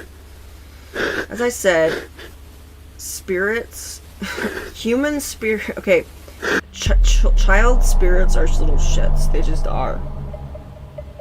It takes them, you know, they don't listen to things. They don't listen to you, and they don't understand what they're doing. Today, I want to share with you a gonna bizarre cause video from abroad that has garnered over 1 million likes. After organizing it, I'm sharing it with you today. Here's the story. The protagonist is an off-road motorcycle enthusiast. The videos he shoots are all about wild riding. On this day, he and his friend went to a creepy forest, rumored to be a place where people enter but never leave. The young man didn't believe in superstitions and insisted on exploring. I don't know where that goes. Oh my god, I see a trail that comes out right there. Wait. Just these two people. Wait. This person is going to disappear in this eerie forest. It's so mysterious and creepy. Sounds like it was written by an AI, not just spoken. After discussing with his friend, the protagonist was ready to enter the forest, his friend following closely behind. So we're going through. Wow, He's got it's a clear body that the path is cam not easy to on. walk. The man even said he would see if he could get out. Just another thrill seeker. Obviously far too narrow for him to be going down that path. The man's friend hasn't come down yet. He turned back to look for his friend, but didn't see him either. I'm almost 8.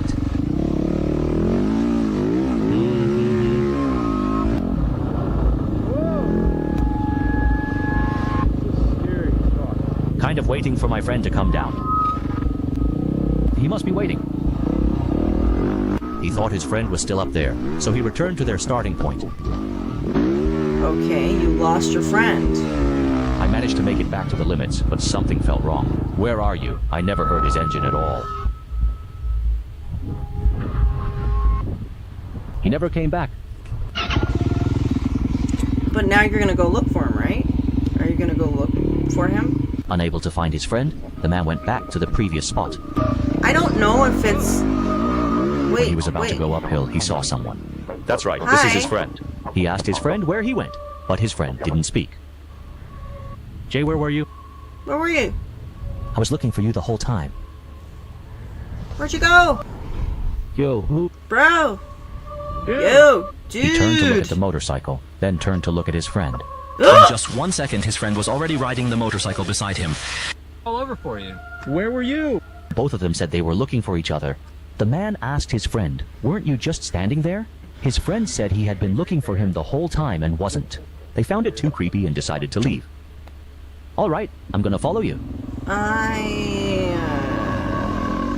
First of all, I don't think you should be there.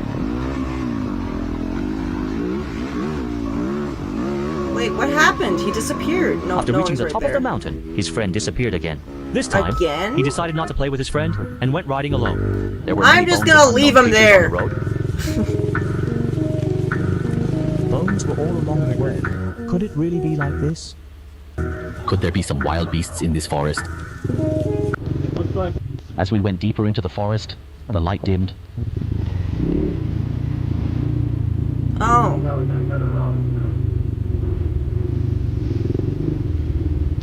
Suddenly, a fork in the road appeared ahead. A hawk. What are you doing in the middle of the road, dude? Dude. Got really quiet, really bad. Just as the man was considering which path to take, a creature with big eyes and white skin suddenly appeared on the right. The man was terrified and prepared to flee. The more panicked he got, the harder it was to start the motorcycle. You're dead. Fortunately, after some effort, he started it and escaped the scene. Where is your Let's take lead? another look at this creature. Where's your... What exactly is my it? gosh. I'll leave that question to you. Yeah. So, overall, I like the channel. I like how it's just, boom, boom, boom, boom, boom, and just, it's straightforward. It's just, you know, you're getting... I love how it's clipped together. I don't know if, like, he disappears. It seems almost too uniform, but then it also has this quality of it could be a real thing. I mean, he's in the wilderness. Who's to say that he's faking it, you know? He's in the middle of the wilderness. Who's to say he's faking it? Seems like this was an all-day thing, too, and that he was just trying to document something. And if that's the case, if this is a real thing, you have something that could possibly imitate or mimic your friend, and then he just shows up out of nowhere. It also seems to have this Christmas, and there doesn't seem to be any editing either, because he pans and then he pans away and then he goes back. So it seems to be the real deal. But then on the other hand, editing can get to the point where we don't know. You know, he could have very well been really good at editing, because editing is getting to the point where we're not even going to know that they edited it into the, you know, into the footage. We don't know for sure. So how are we gonna know? How are we gonna know? How will they know? Yeah, it's kind of one of those things. So let's see if we've got we're gonna put that in there. Paranormal caught on camera. We're gonna go unwatched. So things that we haven't seen. This is from the Travel Channel. This is that, and I was gonna actually there was one particular one that I wanted. We're just gonna say all. So there was one that was particularly what?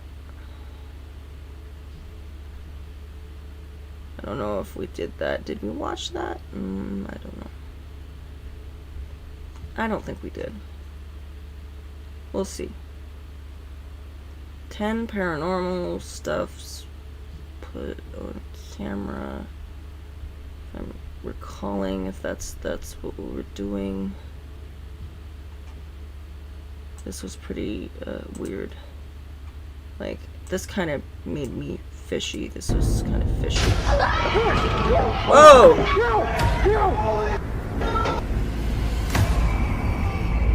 Yet again, if you're gonna be legit, I wouldn't call your site creepypasta. Get the f out!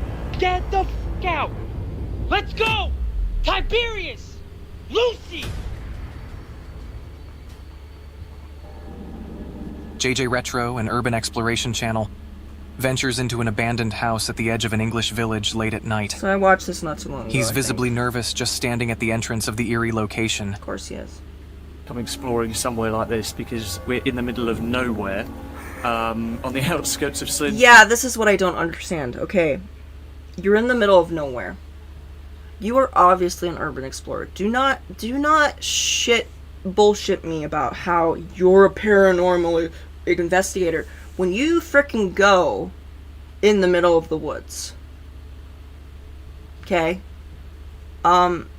Just say you're an urban explorer. Don't, because when you're saying that and you're putting your life, you're not getting permission to go into a area, you don't know if it's safe or not.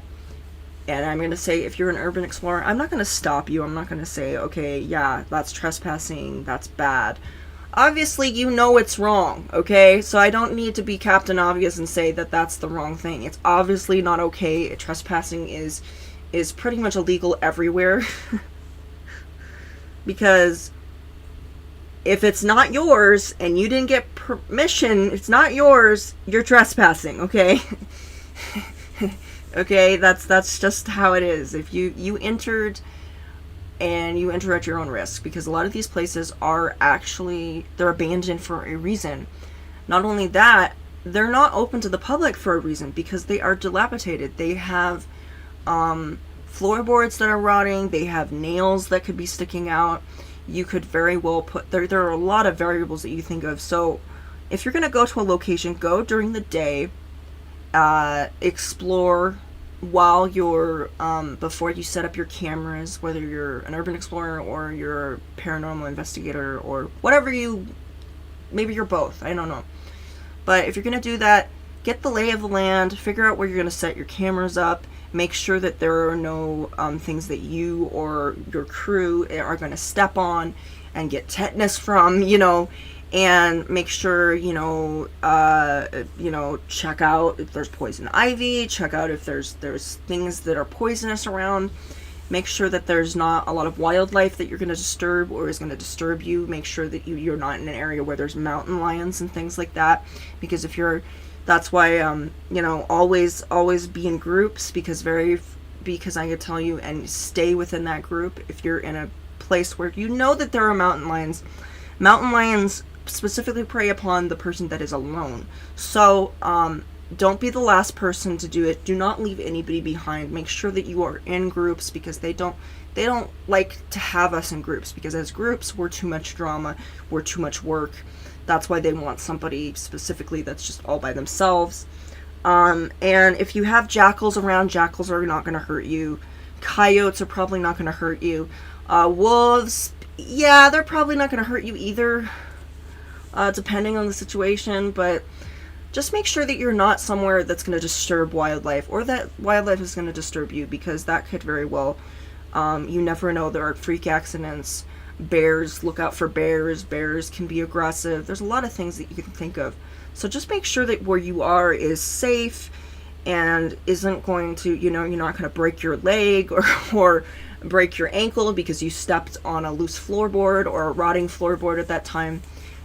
Be safe. Actually know that that's where you're going.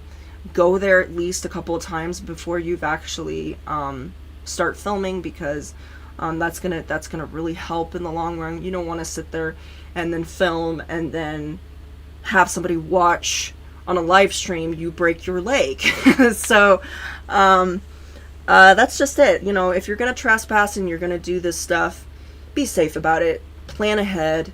Bring water with you, bring a first aid kit, learn some basic, if you're in the middle of the wilderness and you may be detained, get proper supplies if you do get stuck there. So bring food with you if there's a case. Bring adequate water, because there's, in some of these places in the woods, there's not going to be water.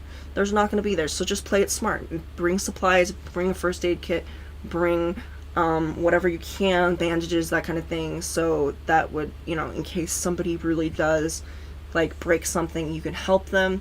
But it's also really not smart to go alone, because if you're alone and you break a leg, no one knows where the fuck you are.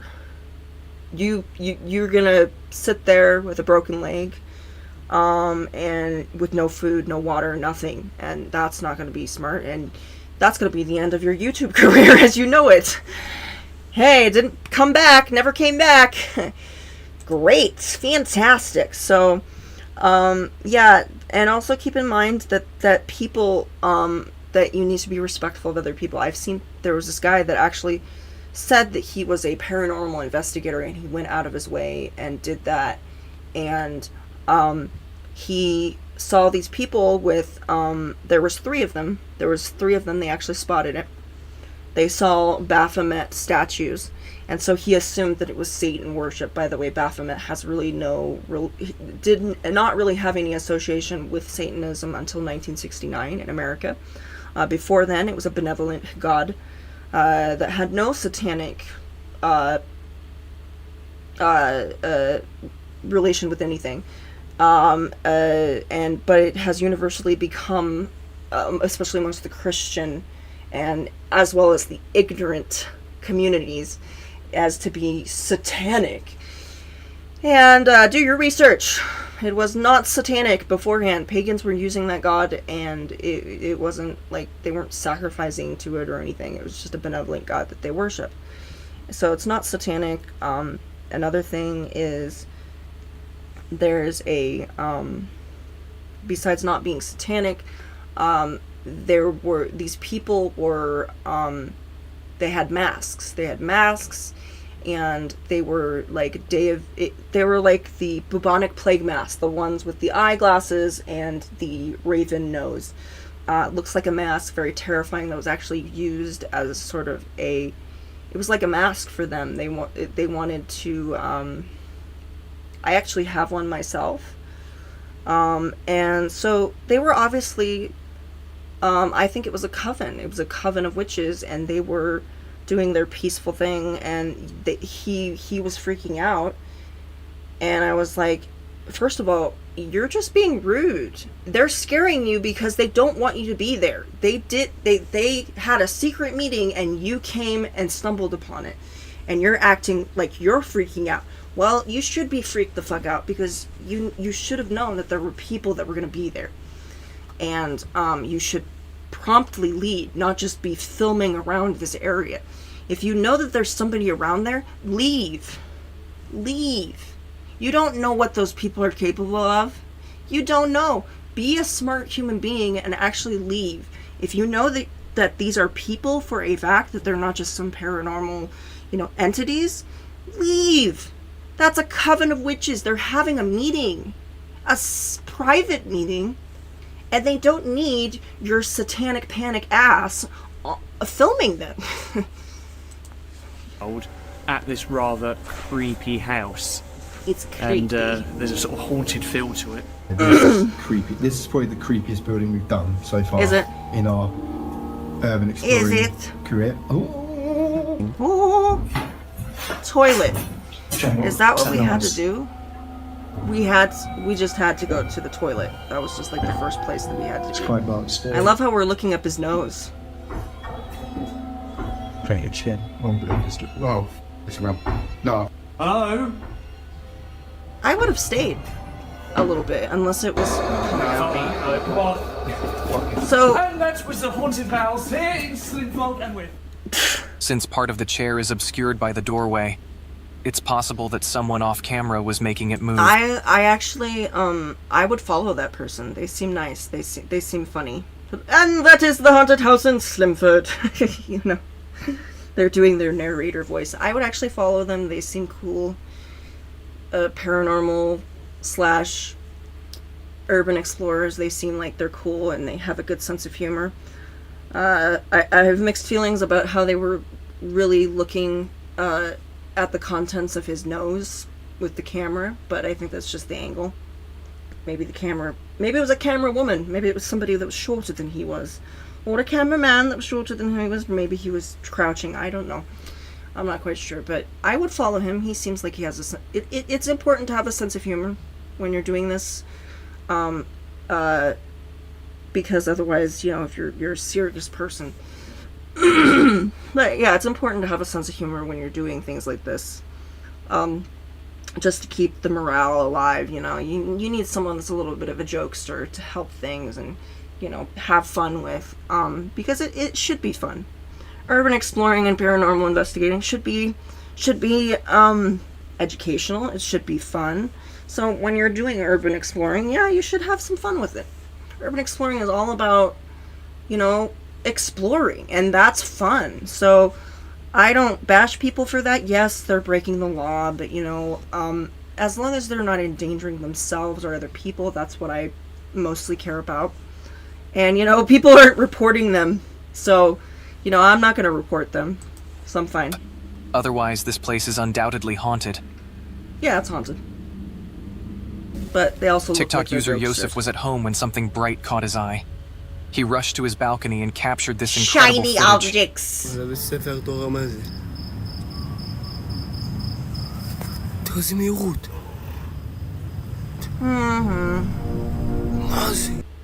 A bright Yeah. object moves through a massive cloud, revealing a tiny ball of light floating through the sky. Yet again, military This drones. small, illuminated object moves at high speed and doesn't resemble any aircraft. Yosef turned to TikTok for answers, but no one knows what the hell this is. Turn to Speaking TikTok of for UFOs, answers. Yay! Countless people in Indiana have reported strange, unexplainable flashing lights in the sky. Do you get your Christina get from your Kokomo, research, you Indiana, get your was one of the information from curious Wikipedia, too, I bystanders who think it. captured this And your bizarre news phenomenon on her from phone. X. That used to be formerly. Whoa! Yeah. Daddy, you see them? Drones. Yet again. Drones that we've. What in the world? I think those are drones. There's another one right there. I know.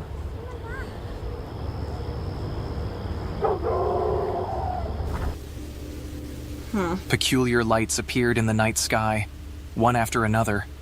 Christina and her daughter from Kokomo, Indiana, watched in awe as these glowing anomalies danced across the sky. Chad, also from Kokomo, witnessed something that stopped him in his tracks. Yeah. I wouldn't trust It's anybody real whose name is weird. Chad. It's the same. Disappear, come back. Disappear, just move. Disappear. Two Yet clusters again, of lights hovered how high do we above know? Kokomo, We don't know. The with military glowing orbs is coming up appearing with and all sorts of vanishing things that we can't simultaneously. identify, so it's Chad had never seen It's anything just a like this drone. before. Sightings like these are becoming more common, a toy. leading me the to military believe is we might playing be with. making friends with aliens soon. What do you think? Let me know in the comments. What do you think? According to Steve, this area is notorious as the location where a According to person who was Steve. taking lives in the 1950s concealed the bodies. It's believed that this individual might have resided in the nearby abandoned house, hidden deep within the woods. Mm-hmm. This information was published by Steve Ronan in April 2020. Upon exploring, the crew quickly So he's an discovers some urban unsettling explorer, in items, case you including an didn't know. assortment of bird skulls. He's an urban Later, explorer. they come across another piece of animal anatomy. A spine. What kind of animal does it belong to, and why is it here? It makes one wonder if Norman Bates once lived here. Adding to the eeriness, they find Norman small Bates figurines, isn't a real person, one so resembling no. a skeleton, and another that looks like Gollum. Is It's this inspired truly by the house of the several 1950s serial maniac? killers, so. Why No. were all these possessions left behind, and what's with the bird skull trophies? It's a place I'd stay far away. That's creepy. I would say that this is a person, maybe they were doing a ritual, or maybe they were being artistic, or they kept finding these skulls around. It's quite possible that, you know, this person was a collector. I'm gonna say that they were a collector. They were collecting these things and they saw this and they went, oh, yeah, let's just put this over here. So, and I think it was just somebody that liked to collect creepy things, and a lot of people do. Actually, you can get these skulls. People will actually sell kind of skulls like this at oddities and curiosity expos. So it happens, and it's not unheard of that these things will be there. You know, it's not unheard of. So, yeah, I think it's just birds, huh? somebody that has a skulls or very. maybe This is something I that think it's this is a like place you wouldn't rodent. want to go. Yeah. I'm just saying. Like a family of rodents, but what them right here like this, I have no idea. Those are not rodents, those are birds. Maddie on TikTok admitted to a massive mistake. They're birds. Playing with a Ouija board without properly ending the session. Okay. Since then, he's been dealing with relentless hauntings in his home for 4 years. I know a lot of you are gonna say, well, shouldn't have been playing with a Ouija board. I'm gonna say yes. Yes, he shouldn't have been playing with a Ouija board. You don't play with Ouija boards, you use them. I use them. I don't play with them. I use them. Do I use them all the time? No, I don't really use them. Because I can really communicate with them without a Ouija board. And for those of you that don't have had bad experiences or you feel that you are a magnet to negative energy, don't use one. It's not for everybody. But as I said, do not ruin it for other people because you had a bad experience. Do not be a Grinch. Do not be grumpus. Do not be grumpus, okay? Don't be Mr. Grumpus that says, oh, you should, it's the beginning of position, you shouldn't be doing that. And it's like, well, first of all, you shouldn't have been fucking playing with it, so look at yourself, okay? You are a individual. You are an independent, sentient being that has had completely different experiences from probably everybody else. You might have something that's similar, but your experience is unique because it's yours. So people aren't going to have the exact experience that you had. I have used a Ouija board so many times and I have never had a problem. You know why? Because I know how to use it. Oh, you're so lucky. It could have happened. No, I'm not lucky. I'm fucking smart. I'm smart. I actually specify what spirit I want to talk to. I have a spirit guide that I trust, and I say to them, please, if it's possible and if it is safe, please contact this spirit for me. You have other spirits, contact other spirits. You don't just sit there and say, I would like to speak to some random spirit. Somebody actually laughed at me. And then they took their comment down, of course, on Facebook. They were like, huh, you can't specifically talk to a spirit. You can, Karen. You can. Stop being a dumbass. You can do it. It's possible. You just have to know how. Oh, but once you open that door, it's hard. Oh, guess what? It's a door. It opens and it closes. It opens and it closes. If you know how a fucking door works, Karen, you know how to, if you know what a door does, it opens and closes. And there's ways of doing that. Somebody tried to tell me, and I think he was mentally ill or something, because he said, I have this sensation, I have this feeling that you've opened a door and haven't closed it. And I was like, are you talking about the same person? Are you getting me mixed up with someone else? Because this is Facebook. I could be anybody. I don't understand this. And this was one of those guys. I tried to give him solutions, but he just kept having more problems. So I couldn't save him. I couldn't help him. I couldn't do what... I don't think he was all the way mentally ill, but I think it was contributing to it. And I eventually had to block him because... it just seemed to me, it was like he was in a nightmare, he couldn't get out of it, and I was trying to help him, but he was like, no, I can't do this, and I couldn't do that. If none of my suggestions are helping, and none of my advice is helpful to you, there's nothing that I can do, and for you, that I can only do what I can do, and if more problems are ensuing and these solutions that I've given you are not working, yeah, I take a step back. So I had to block him because it seemed to me that he is a magnet for trouble. Magnets for trouble always have troubles. There's not a way to make it go away. They're just always going to be like that. So it's unfortunate, but yeah, this guy obviously didn't know what he was doing. I'm not going to go out of my... Yes, I am going to go out of my way. Obviously, he didn't know what he was doing. And yeah, I could call him a dumbass, which he did a dumbass move, for sure. I don't think he understood the complications. It's all about location, okay?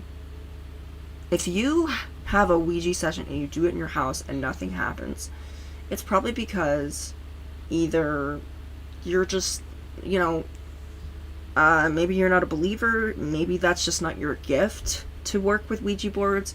And it's quite possible that there just isn't any spirits around, or the spirits around you just aren't interested in communicating with you. They're just like, no. It could be your energy. It could be that you're just a skeptic and you don't believe in that. And it's just not your tool. It's just not your tool. It's not for everybody. Sometimes it doesn't work for some people. Lots of people will say it works, and then this one person will be like, it doesn't work no matter what I do. So, it's either going to work or it's not going to work. That's just the way it is. And it's either good or it's bad. The experience is really dependent on who you are and what energy you bring to it. And make sure that you have adequate sleep. Make sure that you've eaten properly. Make sure that you are not in a depressed mood or feeling a little down, because that's not something you want to bring to the board, because that's like putting blood in a shark tank. It can, if you're surrounded by negative spirits. But also location is really dependent on it. So if you're in a place like a cemetery, that is an instant magnet. That's a great place to have an experience, because it is such a spiritual place. It's a place where spirits go. It's a spirit hangout. And it's really hard to have sessions there, like as far as the apps on my phone, because all of them want to talk at the same time. And I've actually had to specifically say, if you're going to talk, please just have one talk at a time, so I can keep track of who I'm talking to. I've said that.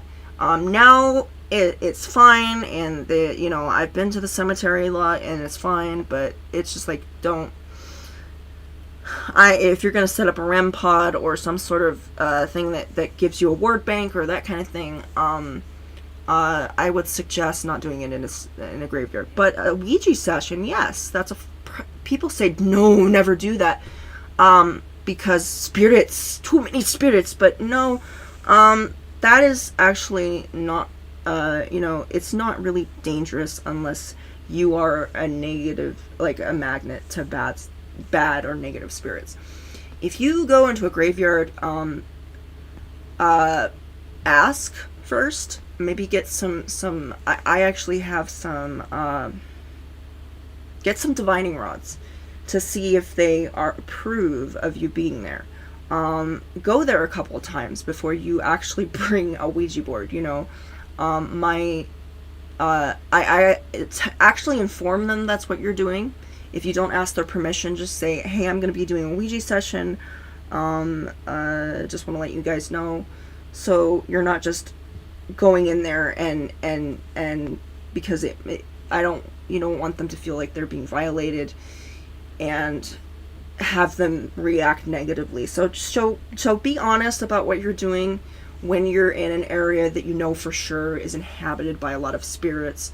When there's a lot of spirits in a graveyard, just inform them, say, I'm going to be doing this, and I hope this is okay. And normally they're going to be fine with it. I mean, they're spirits and they're on the spiritual plane, and you're getting a Ouija board. They should be fine with it. I don't think that's a problem for them, because that just means you're taking the time to talk with them. So they think, well, this could be a great experience. For us, we could actually communicate with someone. That would be fantastic. So they do that, and so normally they don't care. But be honest what you're doing. State your intentions. Tell them that's just it's just proper etiquette when you're dealing with spirits. Obviously, even if you can't see them, just recognize them and say that they're there. But also, if you get a Ouija board and you put it in a place that you know for a fact that is haunted, please get somebody like a medium or a spiritist or voodoo priestess or somebody that's into the spiritual realm that can actually communicate with them, so that that the place is safe. Okay? Because if you're in a place where the reality is thinning, or you're in a place where a lot of horrible things happened, getting a Ouija board can be really dangerous, because you are Ouija boards, a lot of, when I didn't know about Ouija boards, I thought that they were just kind of like an invitation that was just like victim here. but it's not. It's it can be just a communication device. If that's what you want it to do and you know how to use it, it'll be just that.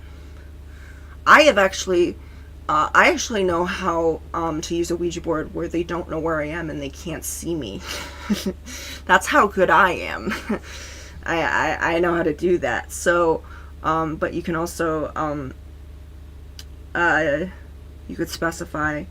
So there's a difference between communicating and there's a difference between bringing something in. And somebody that stumbles onto a Ouija board not knowing that this is an intermediate divination communication tool, they often will summon a spirit instead of talking to it. And when you summon it, it means that you're bringing whatever spirit, it could be really far away, but you're bringing it, you're creating a portal so that it can come straight to you. Now, if a spirit is already there that is angry and pissed off, and you're summoning them, they're going to be angry. They're going to be like, I'm already here, bitch. Why are you screaming at me? Why are you doing this? This is stupid. And so, so if you're in a place where there's a lot of spirits, and it's a very haunted, negative vibe, that's not a good place to have a Ouija session. Do not pull the Ouija board. Do not think that you're being smart. Be smart. Get a second opinion before you do that. Get somebody that actually knows. If you know, just make sure. Because you may not know that your house is haunted. You may not know. So get a second opinion. Get somebody to be with you while you do it, the first time. And another thing is, it's not always safer with another person because another person can really screw up your energy, so you could be really in a good mood, but this other person is just freaked out by it, and so that amplifies your mood, and that amplifies what you're feeling. So you could be perfectly fine, but your friend could be spooked, and then you get spooked when you see them, and you see them going, "Who was that?" So sometimes another person can actually ruin the vibe and bring in something that it shouldn't. You could be perfectly fine, but the other person is a magnet. So really be aware of what kind of energy someone has. If they are somebody that has a negative vibe to them, don't bring them to the Ouija session. Be selective of who you bring with you. That's why dealing with a Ouija board on your own is actually a lot better, because you can you don't have to worry about someone else's energy. You just worry about you. But if you're the kind of person that needs that kind of support and you need somebody, do it with someone that's like-minded, that has a good sense of humor, that's not going to be freaked out easily. Somebody that is open-minded and calm. You don't want somebody that's high tense, high anxiety, easily scared, somebody that's had a bad experience with this kind of thing. You don't want to make someone else uncomfortable. So just it's location. It's really about location of where you are. And if you're already in a spot where there is let's say that where you are, there is a spirit that's trapped, and you try to communicate and you say, show us a sign, what you just did is you summoned a spirit into your space. You made it to where they are now, your reality is now accessible to them. They were already in a different reality, but what you could have done is you brought in a spirit that was not supposed to be here, and you brought them here. So you did them a favor. You did them a favor, literally. You're like, I was stuck in this realm because Loki banished me here, and now you let me out, so thank you so much. So much for that. Now I can make your life a living hell. Yay! So make sure that you're not giving favors to the wrong spirits. I'm just saying, there's nothing wrong with summoning spirits. It's just summoning the right ones. That's the problem. You need to summon the right ones. That's. He documents these bone-chilling experiences to avoid feeling crazy. I don't know what going on with these dogs, bro. They're scared of some. Yo, I'm telling you, bro. That's the second time I heard those fucking bells, bro. The second time. The second time. The second time. I'm home all the fuck alone, bro. Nobody is home. I'm home. Nobody. I'm alone. No one is No home. one's home. No one's home. I'm alone. I'm alone. He sounds like a skipped record, dude. Nobody is home. Nobody's home. Yes, there is somebody And home. those You have bells. like 5 fucking dogs. Yes, you're not home alone, dude. You're not.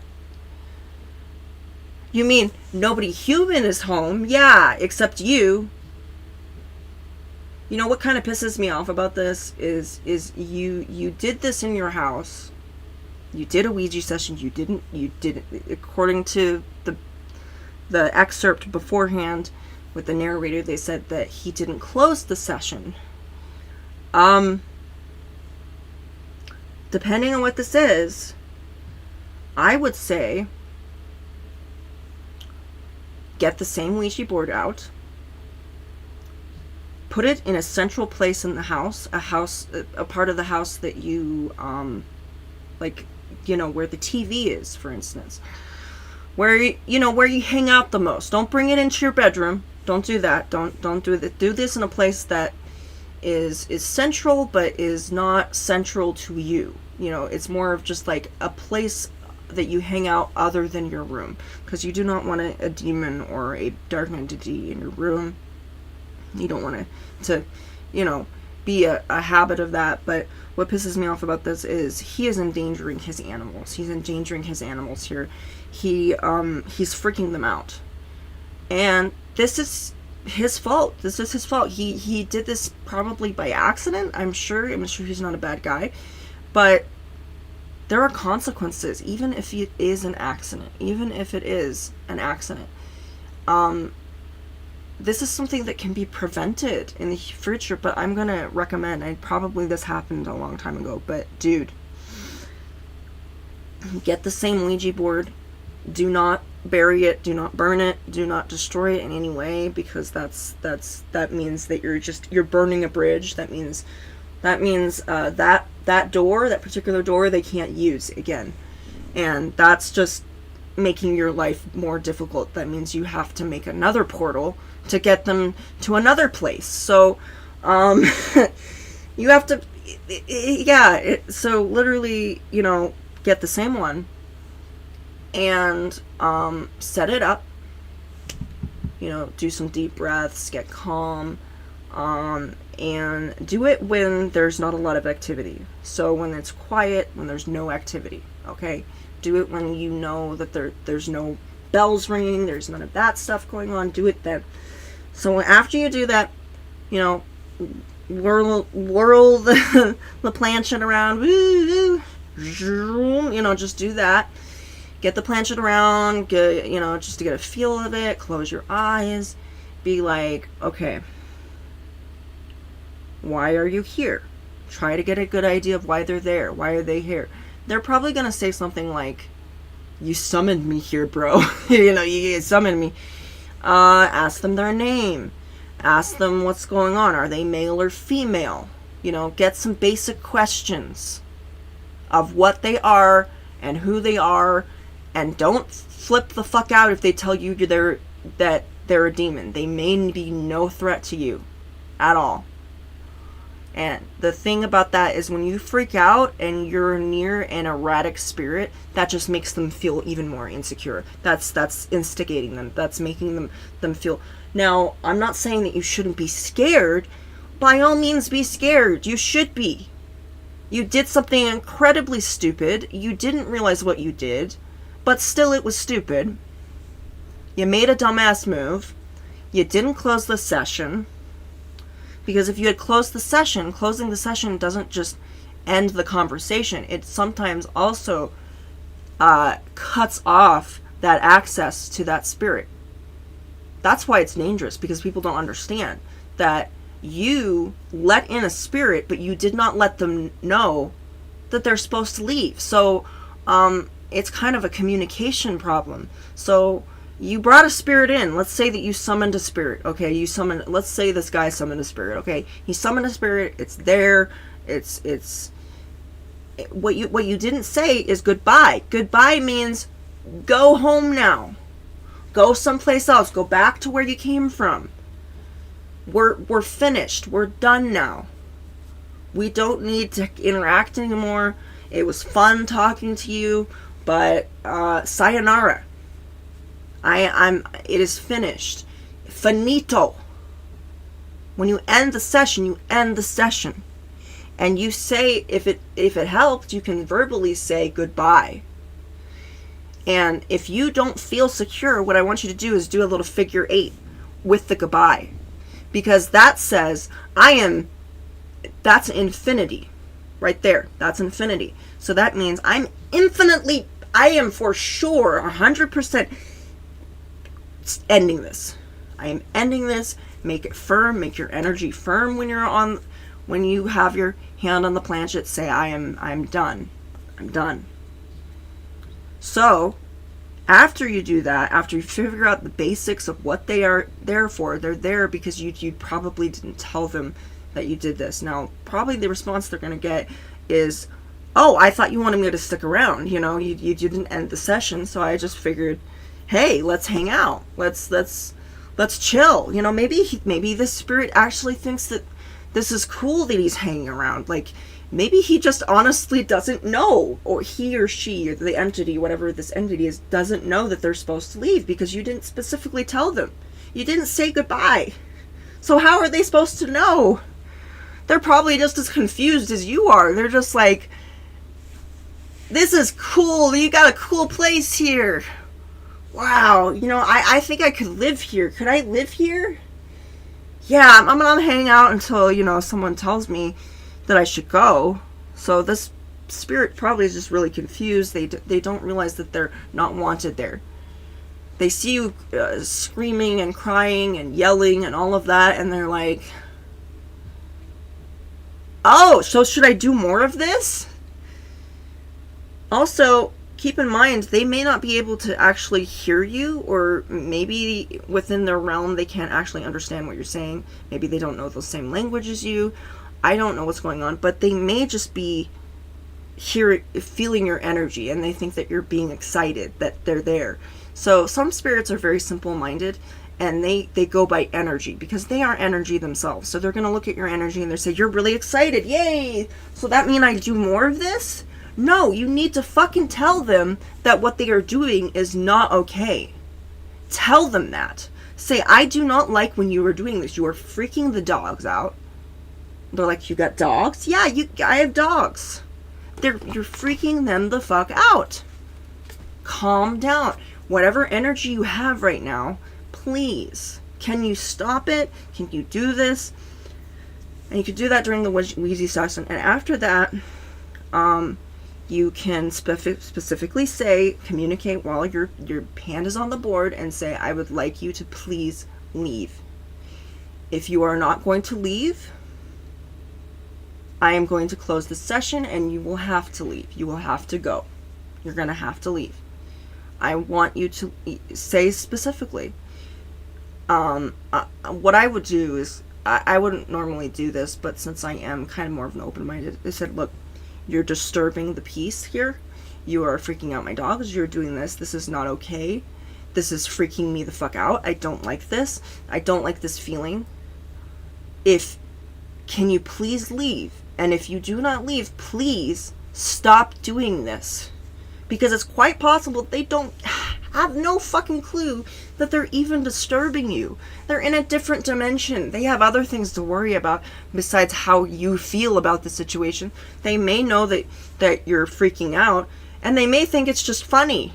Because you have your camera out. They're like, oh, we're on camera again, you guys. You guys, we're on camera. Are we on camera? We're on camera. Oh, yay. Is it like a ghost hunter show? I don't know. He seems really excited about it, though. Does he? Yeah, he's really excited. Like, he has his camera out, and he's tremoring from the excitement. What's wrong, Petey? He's so excited. What's wrong? What do you see? That's a cute dog. You see something? You see something over here? I'm telling you, those bells. I heard the them bells. Whoa. What the f is going on? Petey! Well, you have the camera on, bro. They're putting on a show for you. You're so fucking ungrateful. No, I'm just joking. They're putting a show on. Okay, they're putting a show on. Petey! That's an old dog. That dog's just kind of like roaming around. Like Petey, that. what's going on? The TV turned on. The fucking TV turned on. He wants to watch television. Go, Petey. He wants to watch TV. That doesn't change. Go out. Go out. Go out. Go out. Go out. Oh, the lights went out again. What the fuck is going on? What the fuck is going on? What the fuck is going on? He keeps saying, what the fuck is going on? It turned off. Lucy, Bentley, let's go. What the fuck is going on? You summoned a spirit into your home. What the fuck do you think is going on? It's a spirit. You made it think that it wanted to stay. You didn't tell it to go away. Yet, you have brains, dude. You've got the brains to do it. You can fix this problem yourself. If you can't, get a second opinion, which should have been the first thing you did. Let's go. Tiberius, let's go. Get the fuck out. Get the fuck out. Get the fuck out. Yet again, another thing, dogs don't really... So, when you're panicking or getting scared, their response is not like, oh dear, let's go, because my human master is very scared. No, it's more of like, why are you excited? You're just... Why? They smell your... There are certain hormones that are released when you do certain things, and they can smell it. So when you get stressed, they don't necessarily smell the stress sometimes. They smell excitement. So they think this is excitement. And as you can see, they're just moving at slug pace. Yelling at them louder does not make them move faster, in case you didn't know.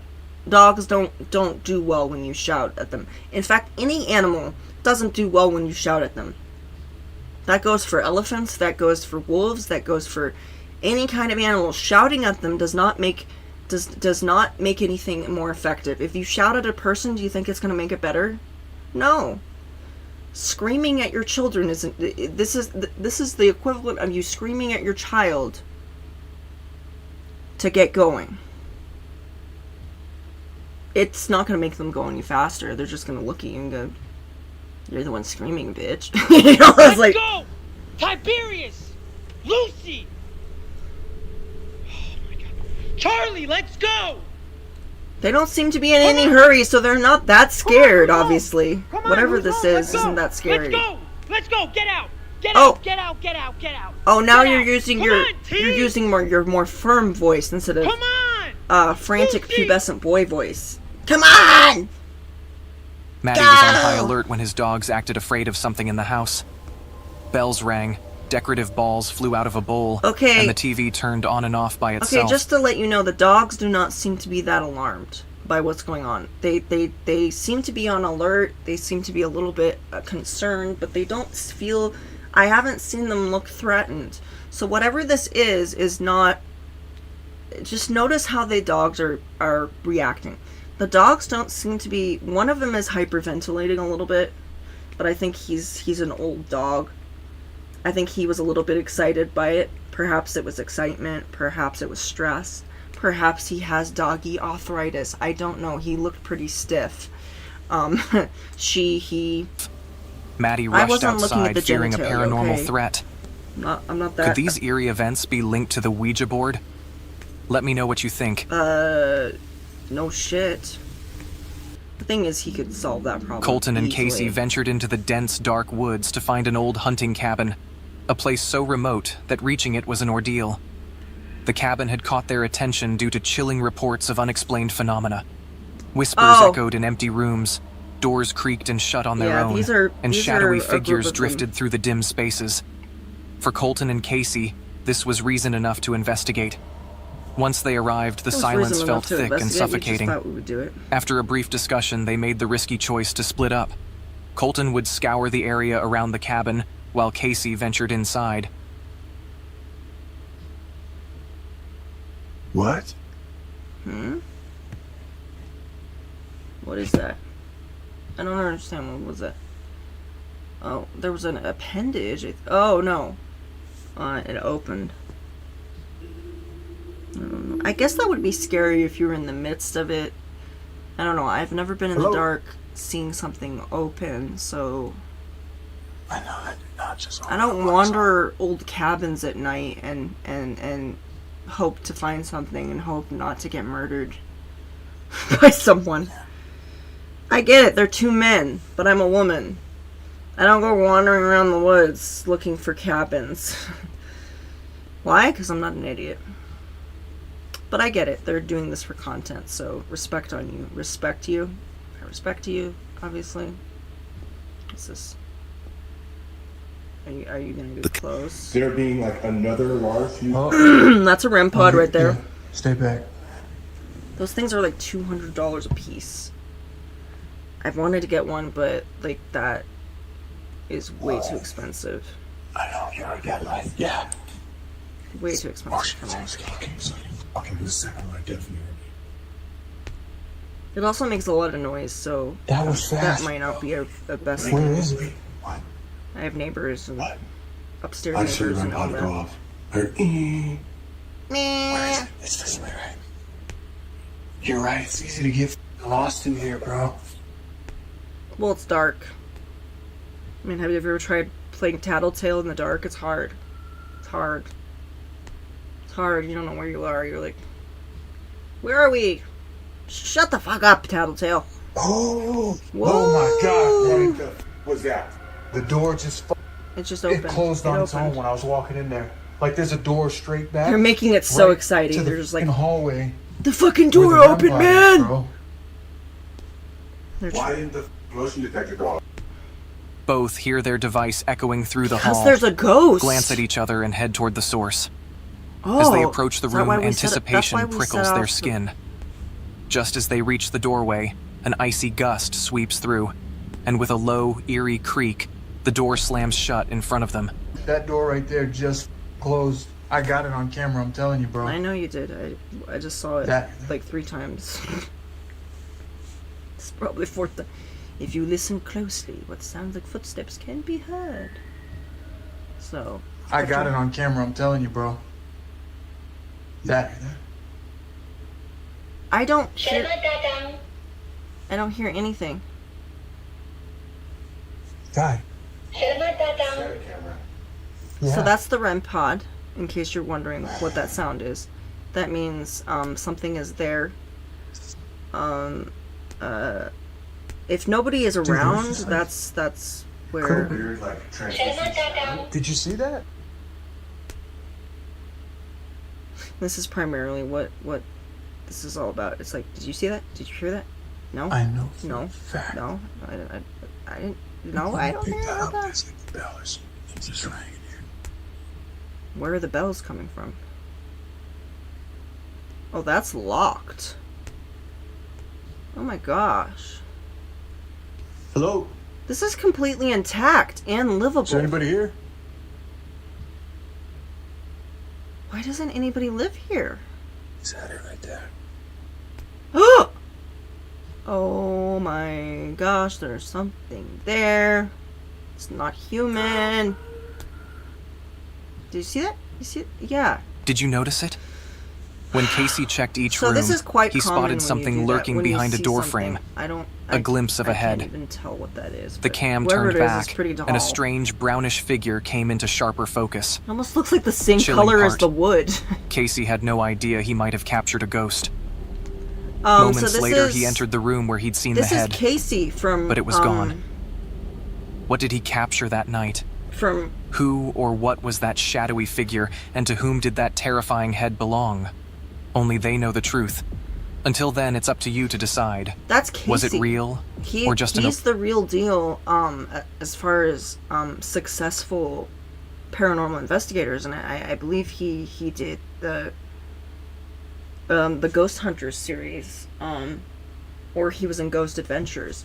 So that just looks like another piece of wood, but it actually has a shadow.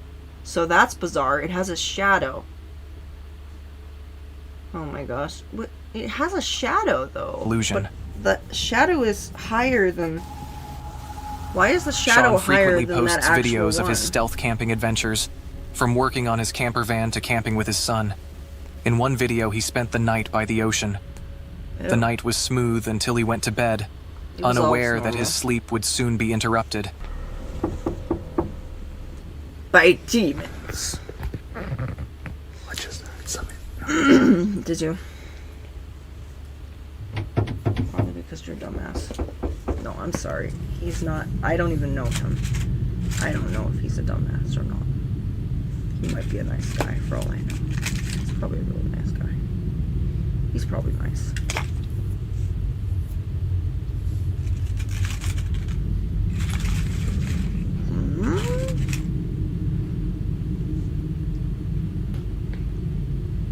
Okay, I think they've gone.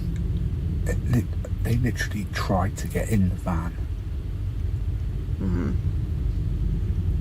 It wasn't just a knocking, they were trying the handle. Let me check outside. But then there was a car that was passing, if you see that. That just passed right there. However, My heart was pounding then. I don't know if that's enough time to actually do what he's doing. It could just be a passerby, some homeless person that was trying to get in, that doesn't know where they are. Obviously, like mentally ill, maybe. I know there's some mentally ill people that will go to random homes and random camper vans as well, and do that. It's a little... It's very scary. I think that's more scary that a person would do that than an actual ghost.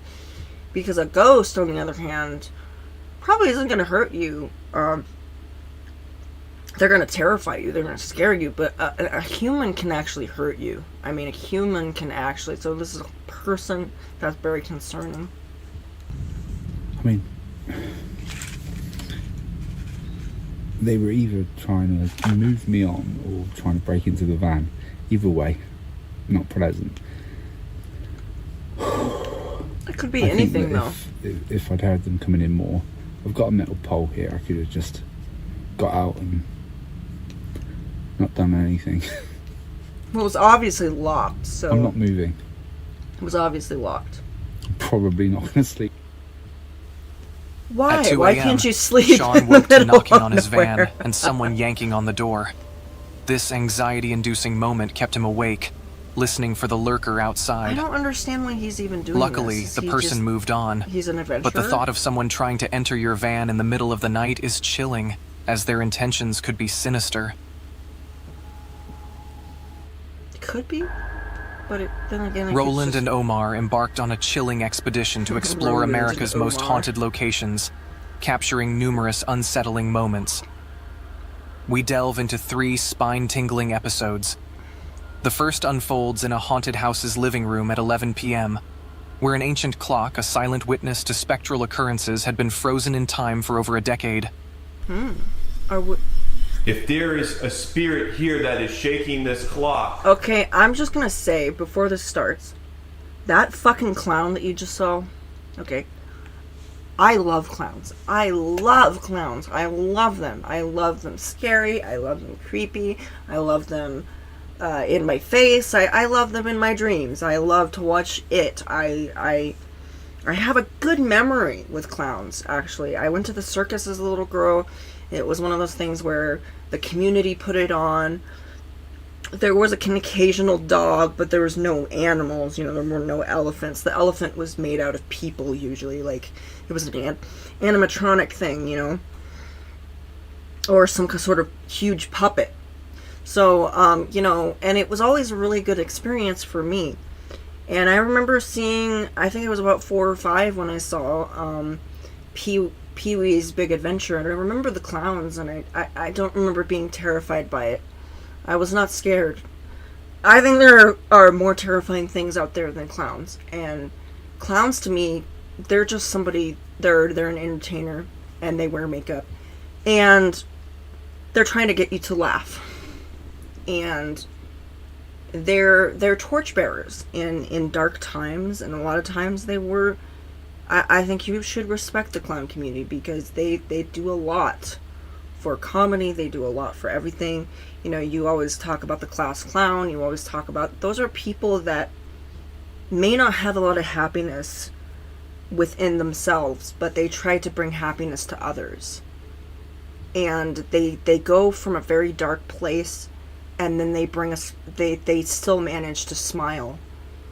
And some people think, oh, that's fake, but it is fake. That's not who they are normally. That's just a job or a volunteer opportunity for them. And, you know, or a side job. Or that kind of thing, you know.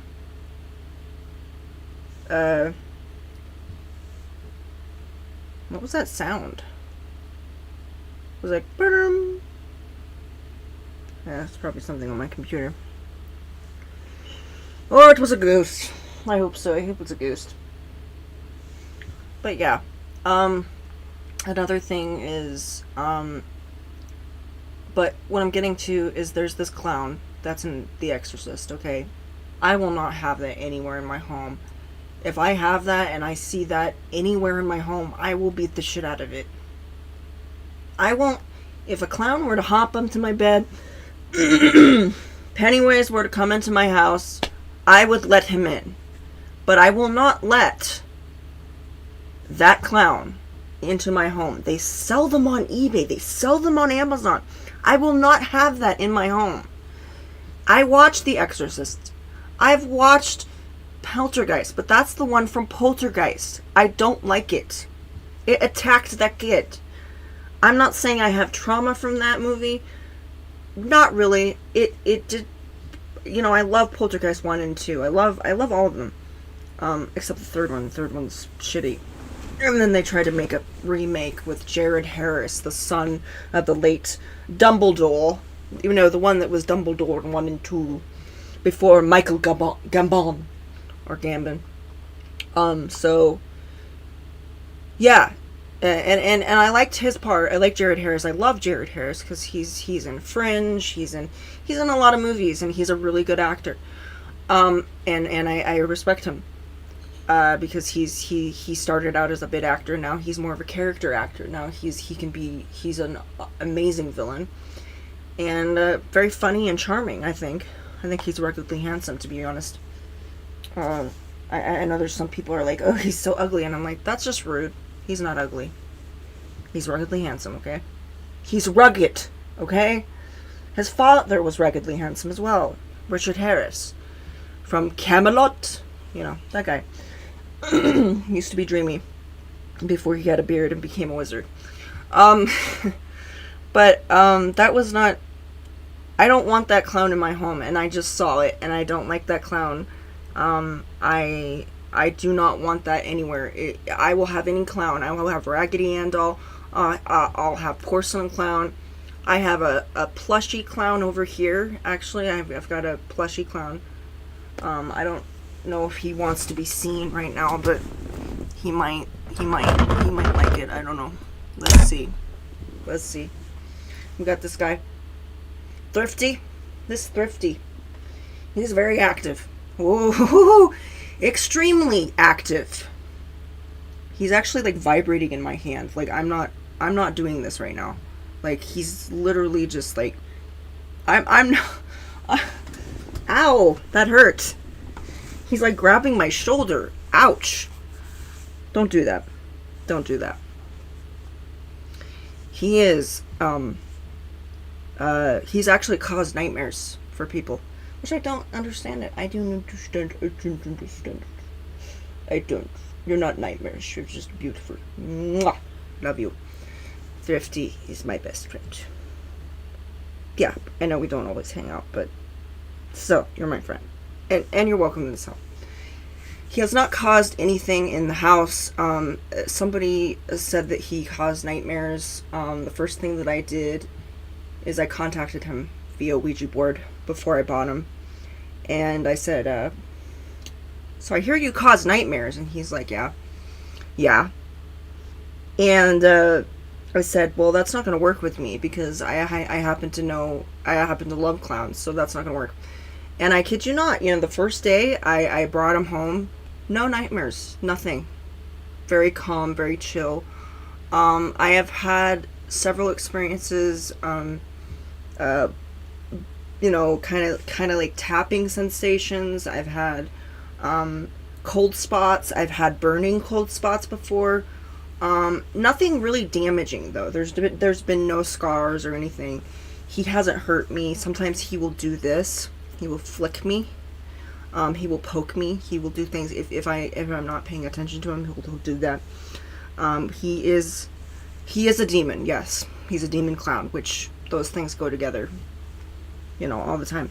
But he protects me.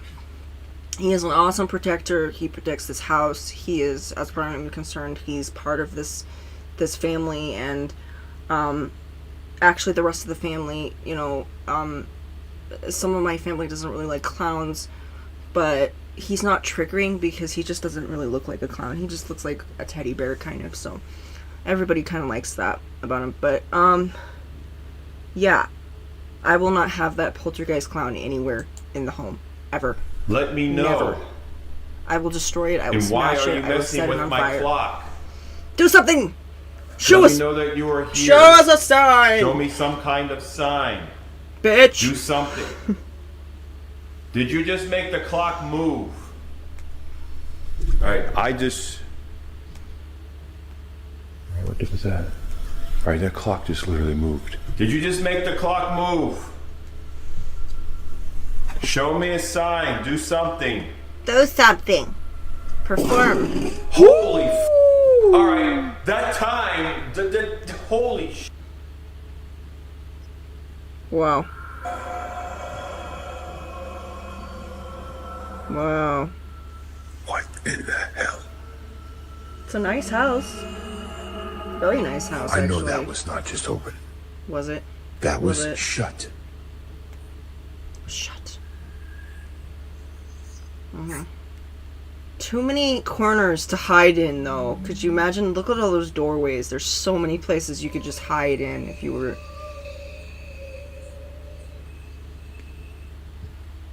What was that noise? Huh? Yeah, there's too many places. Too many places to hide in this place. Way too many places. I would not go here. I would not be here. I would not want anything.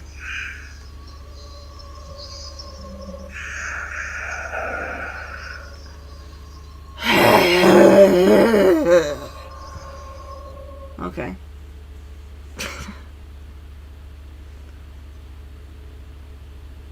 Oh, a light went off. Or is that natural? Is that the...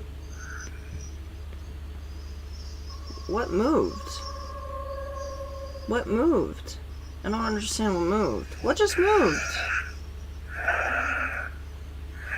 So something's going on over there, but something's also... So something's going on over here and going over here. I'm pointing! I'm going, look! You don't know what I'm pointing at, so I'm gonna use my mouse. That just turned on randomly. Okay, I'm gonna back this up a little bit. Okay.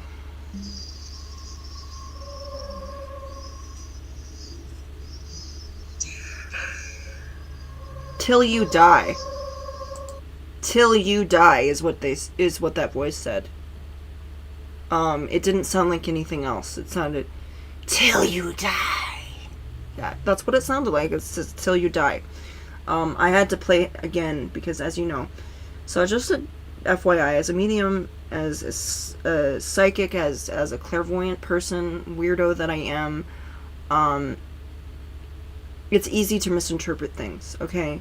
there's been times where somebody says, hey, this is their loved one, and then I get something about a car crash, you know, and they'll let me know, and they'll say, oh, no, they didn't die that way.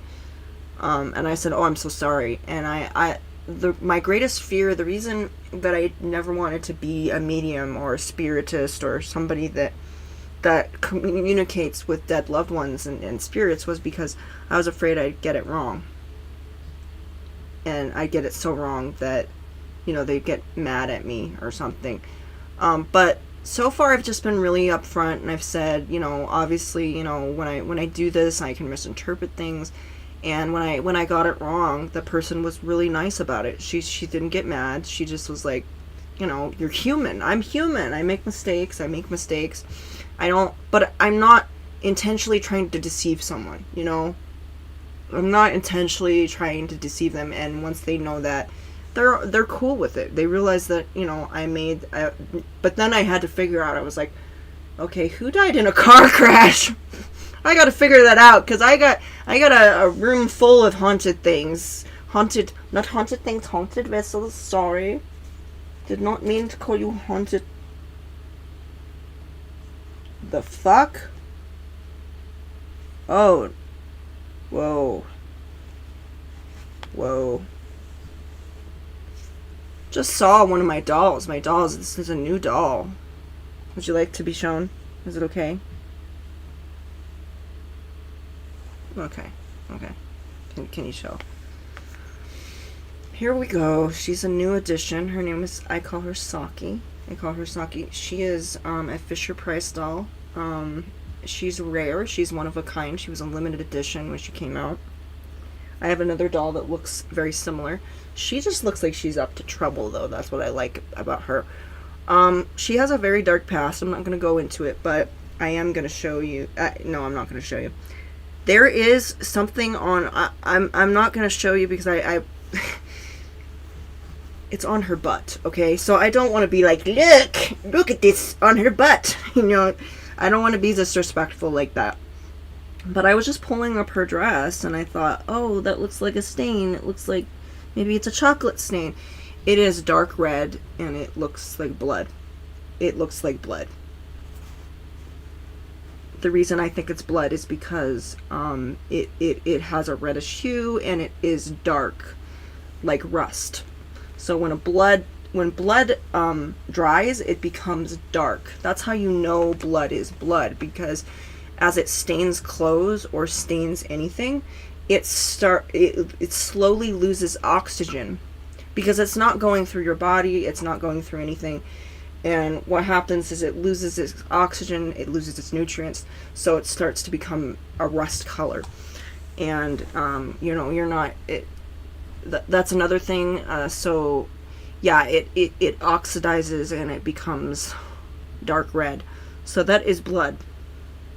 Either that or it's a chocolate stain, but it looks like blood, and that's kind of freaky.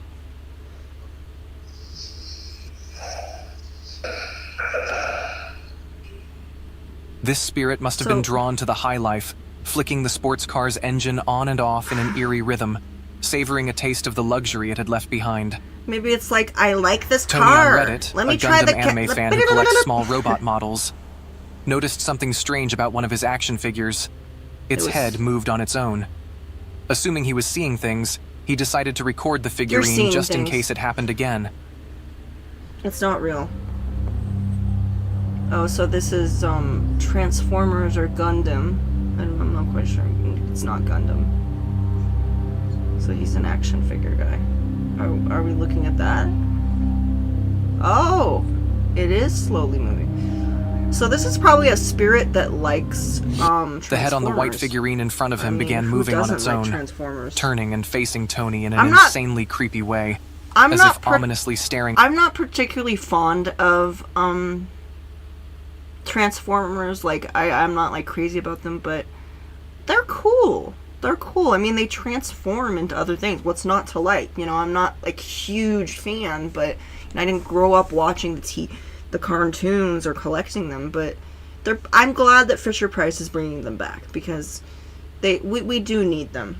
Because they were becoming very rare, and but they're still not the same. These action figures don't have automatic turning heads. So what do you believe? Real or fake? They don't Let me have know a- in the comments. In 2013, a YouTube user named Zero Fox uploaded a seemingly simple video intended to demonstrate the various vision modes on the Xbox One Kinect. What was meant to be just a video accidentally turned into an incredible proof of the paranormal. Hmm?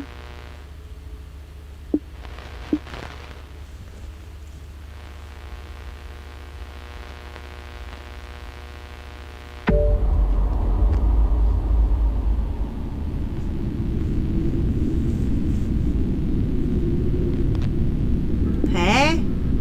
Use connect. Okay. What is connect? I don't get it. Okay. Oh, this is for Xbox. Xbox, I get it. So it's an Xbox thing. I uploaded a video a while ago showing the different vision modes that the Xbox One Kinect can do. And a lot of people said it was edited because when I switched the vision modes, I changed position and my t-shirt changes to a completely different one. I've explained loads of times that this is exactly what happens with the Xbox One Kinect, and it changes aspect ratio. But I figured I might as well go one better and show you guys live. So let me just switch on the Kinect now, and like anyone with an Xbox One Kinect can do this themselves and see exactly what I'm talking about. Mhm. See, I've got another webcam apart from the Xbox Kinect to show Right. that it's all legit and stuff. You just go down to this. Anyone with a Kinect can do this, and I'm still here. I haven't transported to any different alternate universes. Stuff What the changes fuck? position because it changes aspect ratio. Huh? See, Oh, that's is crazy, that, isn't it? Is that just... Zero Fox made it very clear that he didn't edit the original video. But if he didn't, then what the heck was actually standing behind him? I was thinking it was the Christmas tree, but the Christmas tree is here. So Do you believe in the paranormal? Let's go back Are a you little bit. paranoid Let's- that- I'm Legit and paranoid, stuff. yes, of course I am. You just go down to this. Anyone with a Kinect can do this. And So, now you got your fucking face... So the Christmas tree is, I think, over here. This, on the other hand, is a little bit off to the side. So if you're gonna see... I'm still here. You're gonna see I that, so haven't it's still there. transported to any different So if you notice, the Christmas tree is right here. It's right there. alternate universes. It's right there. Stuff changes position. So it's right there. But the because it entity changes is like right aspect over ratio. here. So See, that's crazy, isn't it's it? crazy. Like Zero that Fox is the made it very actual clear that tree. he You can didn't see edit the the outline original of the video. tree, but then you But if see he didn't, that. then what the heck was actually standing behind him? That is bizarre. That's weird. Do you believe in the paranormal? Are you paranoid that someone's watching? The paranormal paranoids are here anymore. to guide you. With Peter, Laura, Not David, anymore and Riley because as your I hosts. happen to know These like, videos were posted by the Twitter account at Just the Paranoid. The first video is set at Keogh Falls, Ohio. To most people, this forest is the same as any, but to the people of Cuyahoga Falls, Ohio, who remember what occurred in 1994, these woods hold a sinister story. They hold This a is sinister. They where it always do. happened. It was almost as if she wanted to be found, wanted to be seen. The crew enters a wooded area, and Riley explains why they're there. Why are you To the here? locals, these woods are the setting for a sinister story. I don't think it's there, Peter. Sure? Yeah. Over here. Okay. All right, what are we doing? Smiling, Smile? Yeah. Okay. To most, this forest is ordinary, but to the people of Keogh Falls, Ohio, who remember the events of 1994, these woods hold a dark tale. Not paranoid yet? Join the Paranormal Paranoids crew as they explore Dark County Correctional Facility in their second video. It all happened here, inside of these walls. God. What is that? The inmates that were brought here in the 1930s, they were maximum security. Did you do that? Wait, did you do that? I didn't touch anything. You didn't touch anything. Bullshit.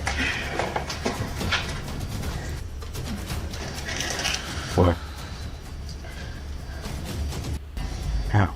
You feel what? Cold. Holy shit.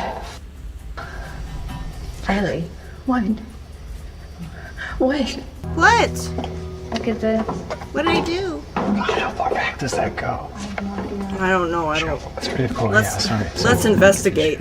So we made it. Lincoln So freaking Elementary. scary. This school has an incredible haunted history, dating all the way back to 1976.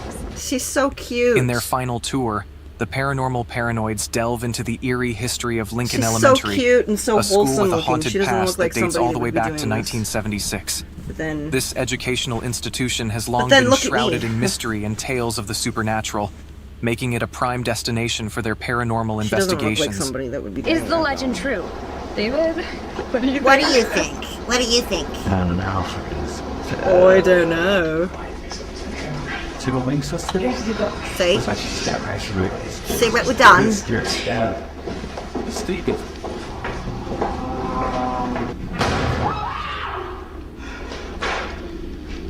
I don't know what that was. What was it? I'm super relaxed and we'll see all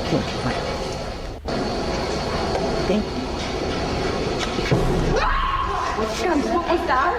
Right control with that. Riley, don't go out by yourself, Riley. Chill. I don't know.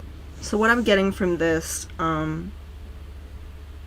this is not in the recording, but what I do hear is something very significant, and what I'm hearing is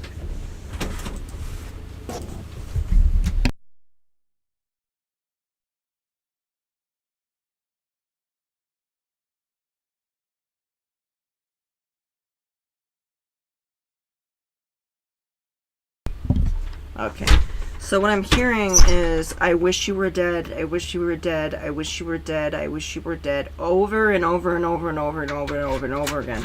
Whatever this is, obviously is saying, now that could mean two things. Obviously it could mean something like, I wish you were a spirit, you know, I wish you weren't human because I don't like humans.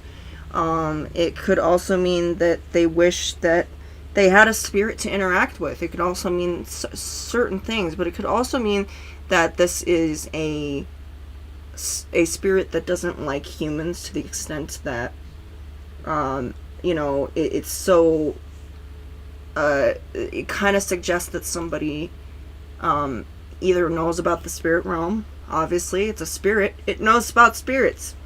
But I think what's really going on is, I feel kind of like an arrogance there. I feel like it doesn't want them there because they're human.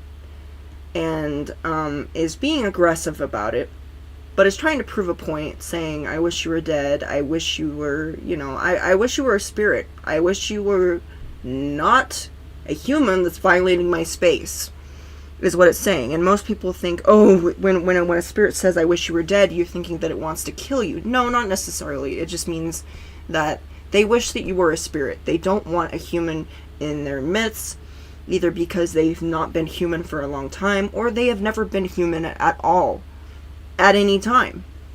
And they just want, they want their space to be for spirits and not for anyone else. And that's totally okay. I don't feel that this is an evil spirit. I feel that this is an angry spirit because these people came, didn't ask permission. It's really important when you go to a location that you familiarize yourself with the spirits that live there, because otherwise they see you as violating it, and this is another case of that. I don't know if they've just went there. It seems like they just went there. Now, I'm just going to say, if you went into someone's home and started setting up a camera equipment, just a normal person's home, you did not ask to come in. You just set up your camera and you said, hello, how are you doing? Can you show me? I just want to talk to you. Hi. How you doing? I want to, you know, I want to talk to you. First of all, they're going to call the cops on you. But they're going to react very erratically because you just violated their home. You did not announce that you were going to be there. You just opened the door and just made yourself at home. That is not normal behavior. That is why this is not okay. You need to treat these ghosts just like you would treat a person, okay? Have some common respect for them. Now, I'm not saying that these people did anything wrong. I don't know what the circumstances were, but I have a feeling that they did not familiarize themselves with whatever spirit is here. So that's why. Whoa! Yeah, they're pissed off. They are definitely saying, "I wish you were dead. Get out of my house." Do you see that? What do you think about the paranormal recordings of Jess and her friends, real or fake? Let me see this. I want to see this. Go by yourself, Riley. Chill.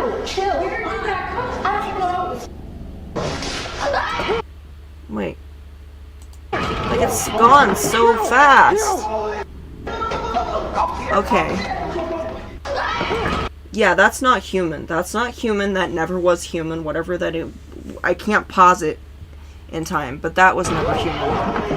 That was never what do you human. Think about the... Oh my gosh, yeah. That was never human. Oh my gosh. That is like... Whoa. Paranormal... Yeah, that was not... Recordings of Jess and her friends, real or fake. Write it in the comments. That's not human. It's not human. It is not a banshee. It is not a gargoyle. It is nothing. Thanks for watching. That is not a human. Whatever that was, that was, yeah. That was not a human... That was not a human being. It was not a human being, you know what I mean? It's not human being. So we have Mind Junkie here, and Mind Junkie is actually pretty good. We're gonna actually dive into this. I guess I started to watch this. The Summoning. This next scary video clip comes from the Spanish ghost hunter Ricky Velasquez. In the video, which was streamed live to thousands. So I do not like this footage. This is the footage I was talking about. I don't like this. It has nothing to do with the Ouija board really so much. It does and it doesn't. It's mostly about the way that they handled this, and we're gonna dive right into Ricky's this. viewers, Ricky Velasquez and his wife venture out to an abandoned and supposedly haunted house. At around 20 minutes into the live stream, the couple decide to do a Ouija board session, and it turned out to be a very bad idea. Yeah! Oh, that's a nice one. It's a sturdy one too. It's sturdy. Not like the plant shit. See? Don't you want more? Yes, but you're the one playing. I'm not holding that. It's not a... Hint, it's not a toy. It's not a fucking toy. So, problem. Before I dive in, I know I was just gonna dive into it, but I'm just gonna say the problem is already an active spot. They already know. They are full aware that this is a haunted place. I believe that they've been there before. The way that they're holding themselves, the way that their body language, they don't look like they're wandering around. Like that young blonde girl that was going around, she looked like she was genuinely terrified. She looked like she hadn't been there before. Maybe the rest of the crew had to set up, but she'd never been there before. And maybe she saw some footage or something, but she was genuinely terrified. I think it was genuine from all of them. They already know. They already have this realization that this is a hot spot of activity, and you're gonna see it. And the problem is, if you have activity already, and they're already making themselves known, why do you need a fucking Ouija board to figure that out? That's like... Okay, what they're doing is the equivalent of me coming into the living room, sitting next to my mom, and calling her on the phone and saying, "Are you there?" That's literally what they're doing. Are you there? Is anybody... Of course somebody's fucking there. You can hear it. You can feel it. Their cells are are feeling it at this point, okay? Every iota of their being says that this is haunted. You don't need to fucking call somebody that's right fucking there. You know, that doesn't make any sense. These guys are idiots. Really, they are. I can't. I'm sorry. I'm sorry if you guys, you're probably great people, but this is a really idiot move to do. I mean, why do you contact something that's right fucking there, that wants to make a verbal communication with you, obviously, and it gets worse. It gets worse. It gets worse. It really does. Se siente algo aquí ya, eh. ¿Estás aquí con nosotros? Oh, gee. There you go. Are you there? Are you there? They just answered you. You don't need the Ouija board. Just close the session. Leave. Muérete de aquí. Leave this place. Oh, wow. They just get dumber by the second, don't they? Please leave this place. Leave it. Leave it. I'm like, they fucking live there. Did you ask them if you could go in? No. Did you ask if it was okay to set up? Probably no. And you come in there with a Ouija board, which they're not going to fucking use because they're already verbally communicating with you. And I've already shown themselves, manifested themselves physically for you to fucking see. So they're obviously there. You don't need it. You see what's so stupid about this? And then they're saying, leave this place. That is their fucking living room. They're living there. Can you imagine if you went into someone's house and you sat down and they screamed at you and you said, fucking leave this place. It's my house. Why am I gonna leave? I'm not gonna leave. It's their fucking territory. You don't get it. You don't get it. They're not gonna leave. They don't respect you. You came into their territory, which means you go by their rules. You respect them. And if you do not, you can leave yourself. And then, like the cowards that they are, they leave.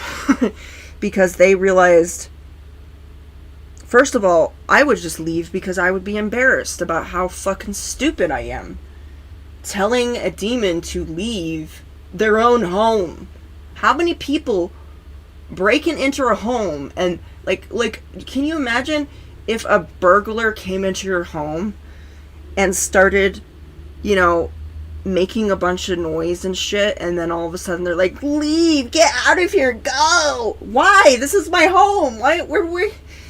You should leave. You're the trespasser. You just broke and entered into my home and you're stealing my fucking stuff. You need to go. You need to leave yourself. Yeah. Get your ass out of there. You guys don't belong there. You guys are too stupid to be in that place. You need to... I'm sure they're intelligent. Yeah, they're pissed off. I would be screaming at them too.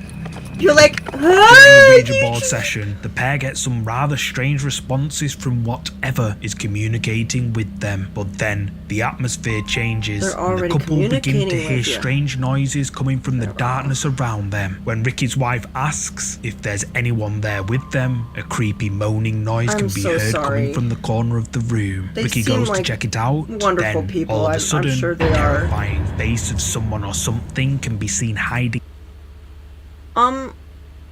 No, she just seems to be comfortably, she's smiling. She's kind of, it's a female, it's not a male. She looks like she's actually smiling. She's smiling. She's going, but it's not like a regular smile. It's not like, hi, how are you? It's more like, you fucking bitches. You're in my home, and you're telling me to leave this place. I live here. I live here. What are you doing here? She's kind of just like, yeah, I'm here. I don't know why you're like calling me when I'm literally right here. I mean, you could just address me like a normal person. instead of using a Ouija board, which, oh, by the way, this is kind of a grin, like, you know I'm not going to be using the Ouija board. I'm already here. I'm right here in front of you. Do you really need to call me when I'm right here? This is almost like, yeah, it seems, I don't know if it's that passive aggressive, but I wouldn't be afraid. Behind the clothes, horrified by what he's just seen. And then she kind of goes like this. She's like, she kind of turns her head too. Almost like, it's almost like that. I would say that body language is very like, I'm gonna go back to what I was doing. You guys are invading my privacy. And his wife make and a then run she's for screaming it. at Ricky them. Velasquez's viewers that? were left scared to go to sleep after seeing this terrifying figure hiding in the darkness, She's like, with many believing it to be a demonic entity summoned via the Ouija board. But what do you think? Did Ricky Velasquez and his wife encounter something paranormal on their life? Okay, Mind Junkie? I know you're probably just saying the report, so I respect you, but some people believe. You said some people believe. That's why I'm not blaming you for this. Some people believe that it's an entity that's been summoned by the Ouija board. There was no summoning involved. It was already there. Clearly already there.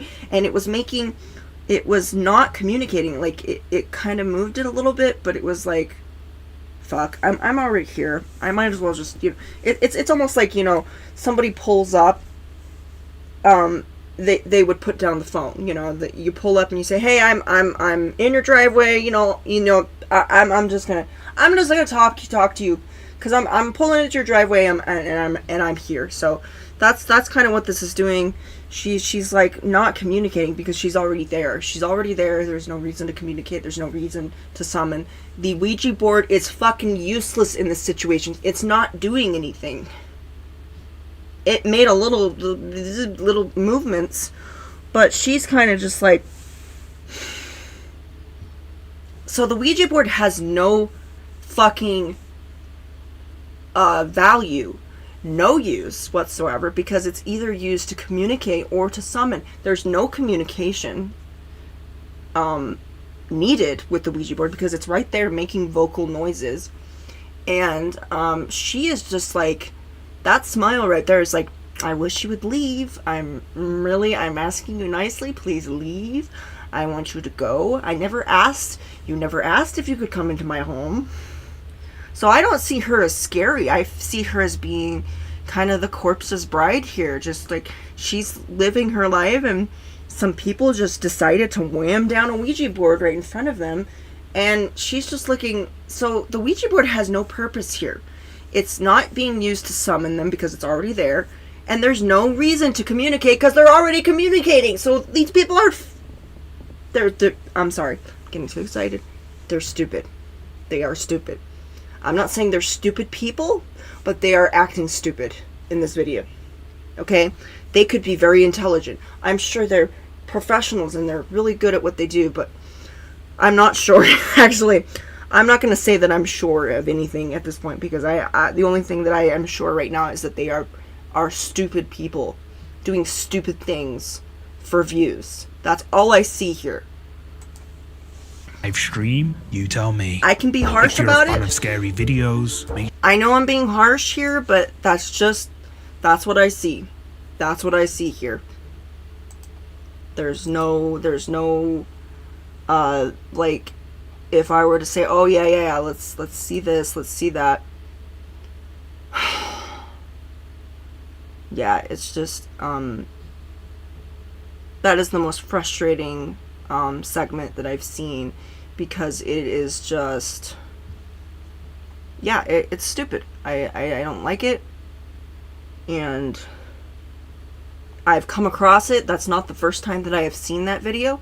I have seen it numerous times on these other people like Nuke and Nocturnal, and as well as Callan, who does Slap Tam, and Mind Junkie is one of the big compilation paranormal people.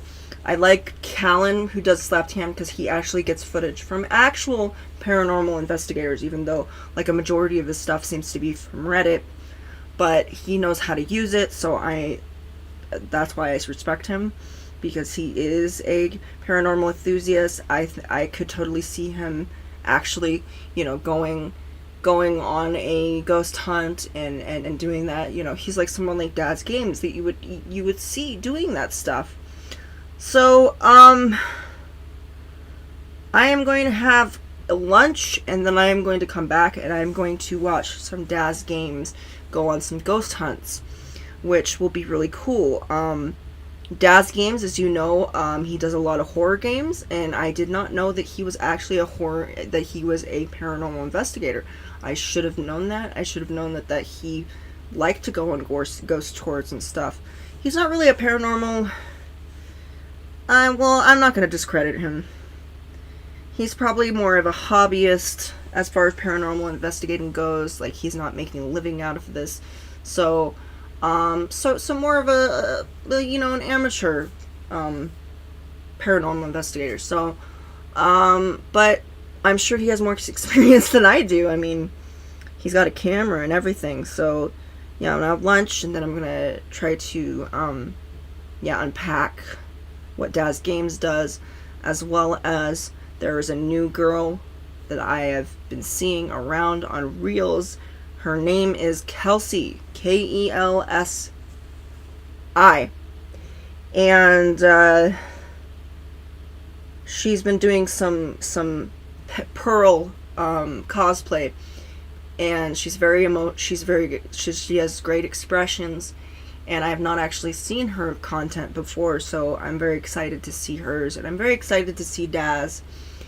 And hopefully I'm going to see Spooky Selena pretty soon, too, because if you don't know, Spooky Selena is, she used to be a TikToker. She has a lot of those sleepwalking videos where she's putting things in her pants and walking around. It's very funny. She's very hilarious.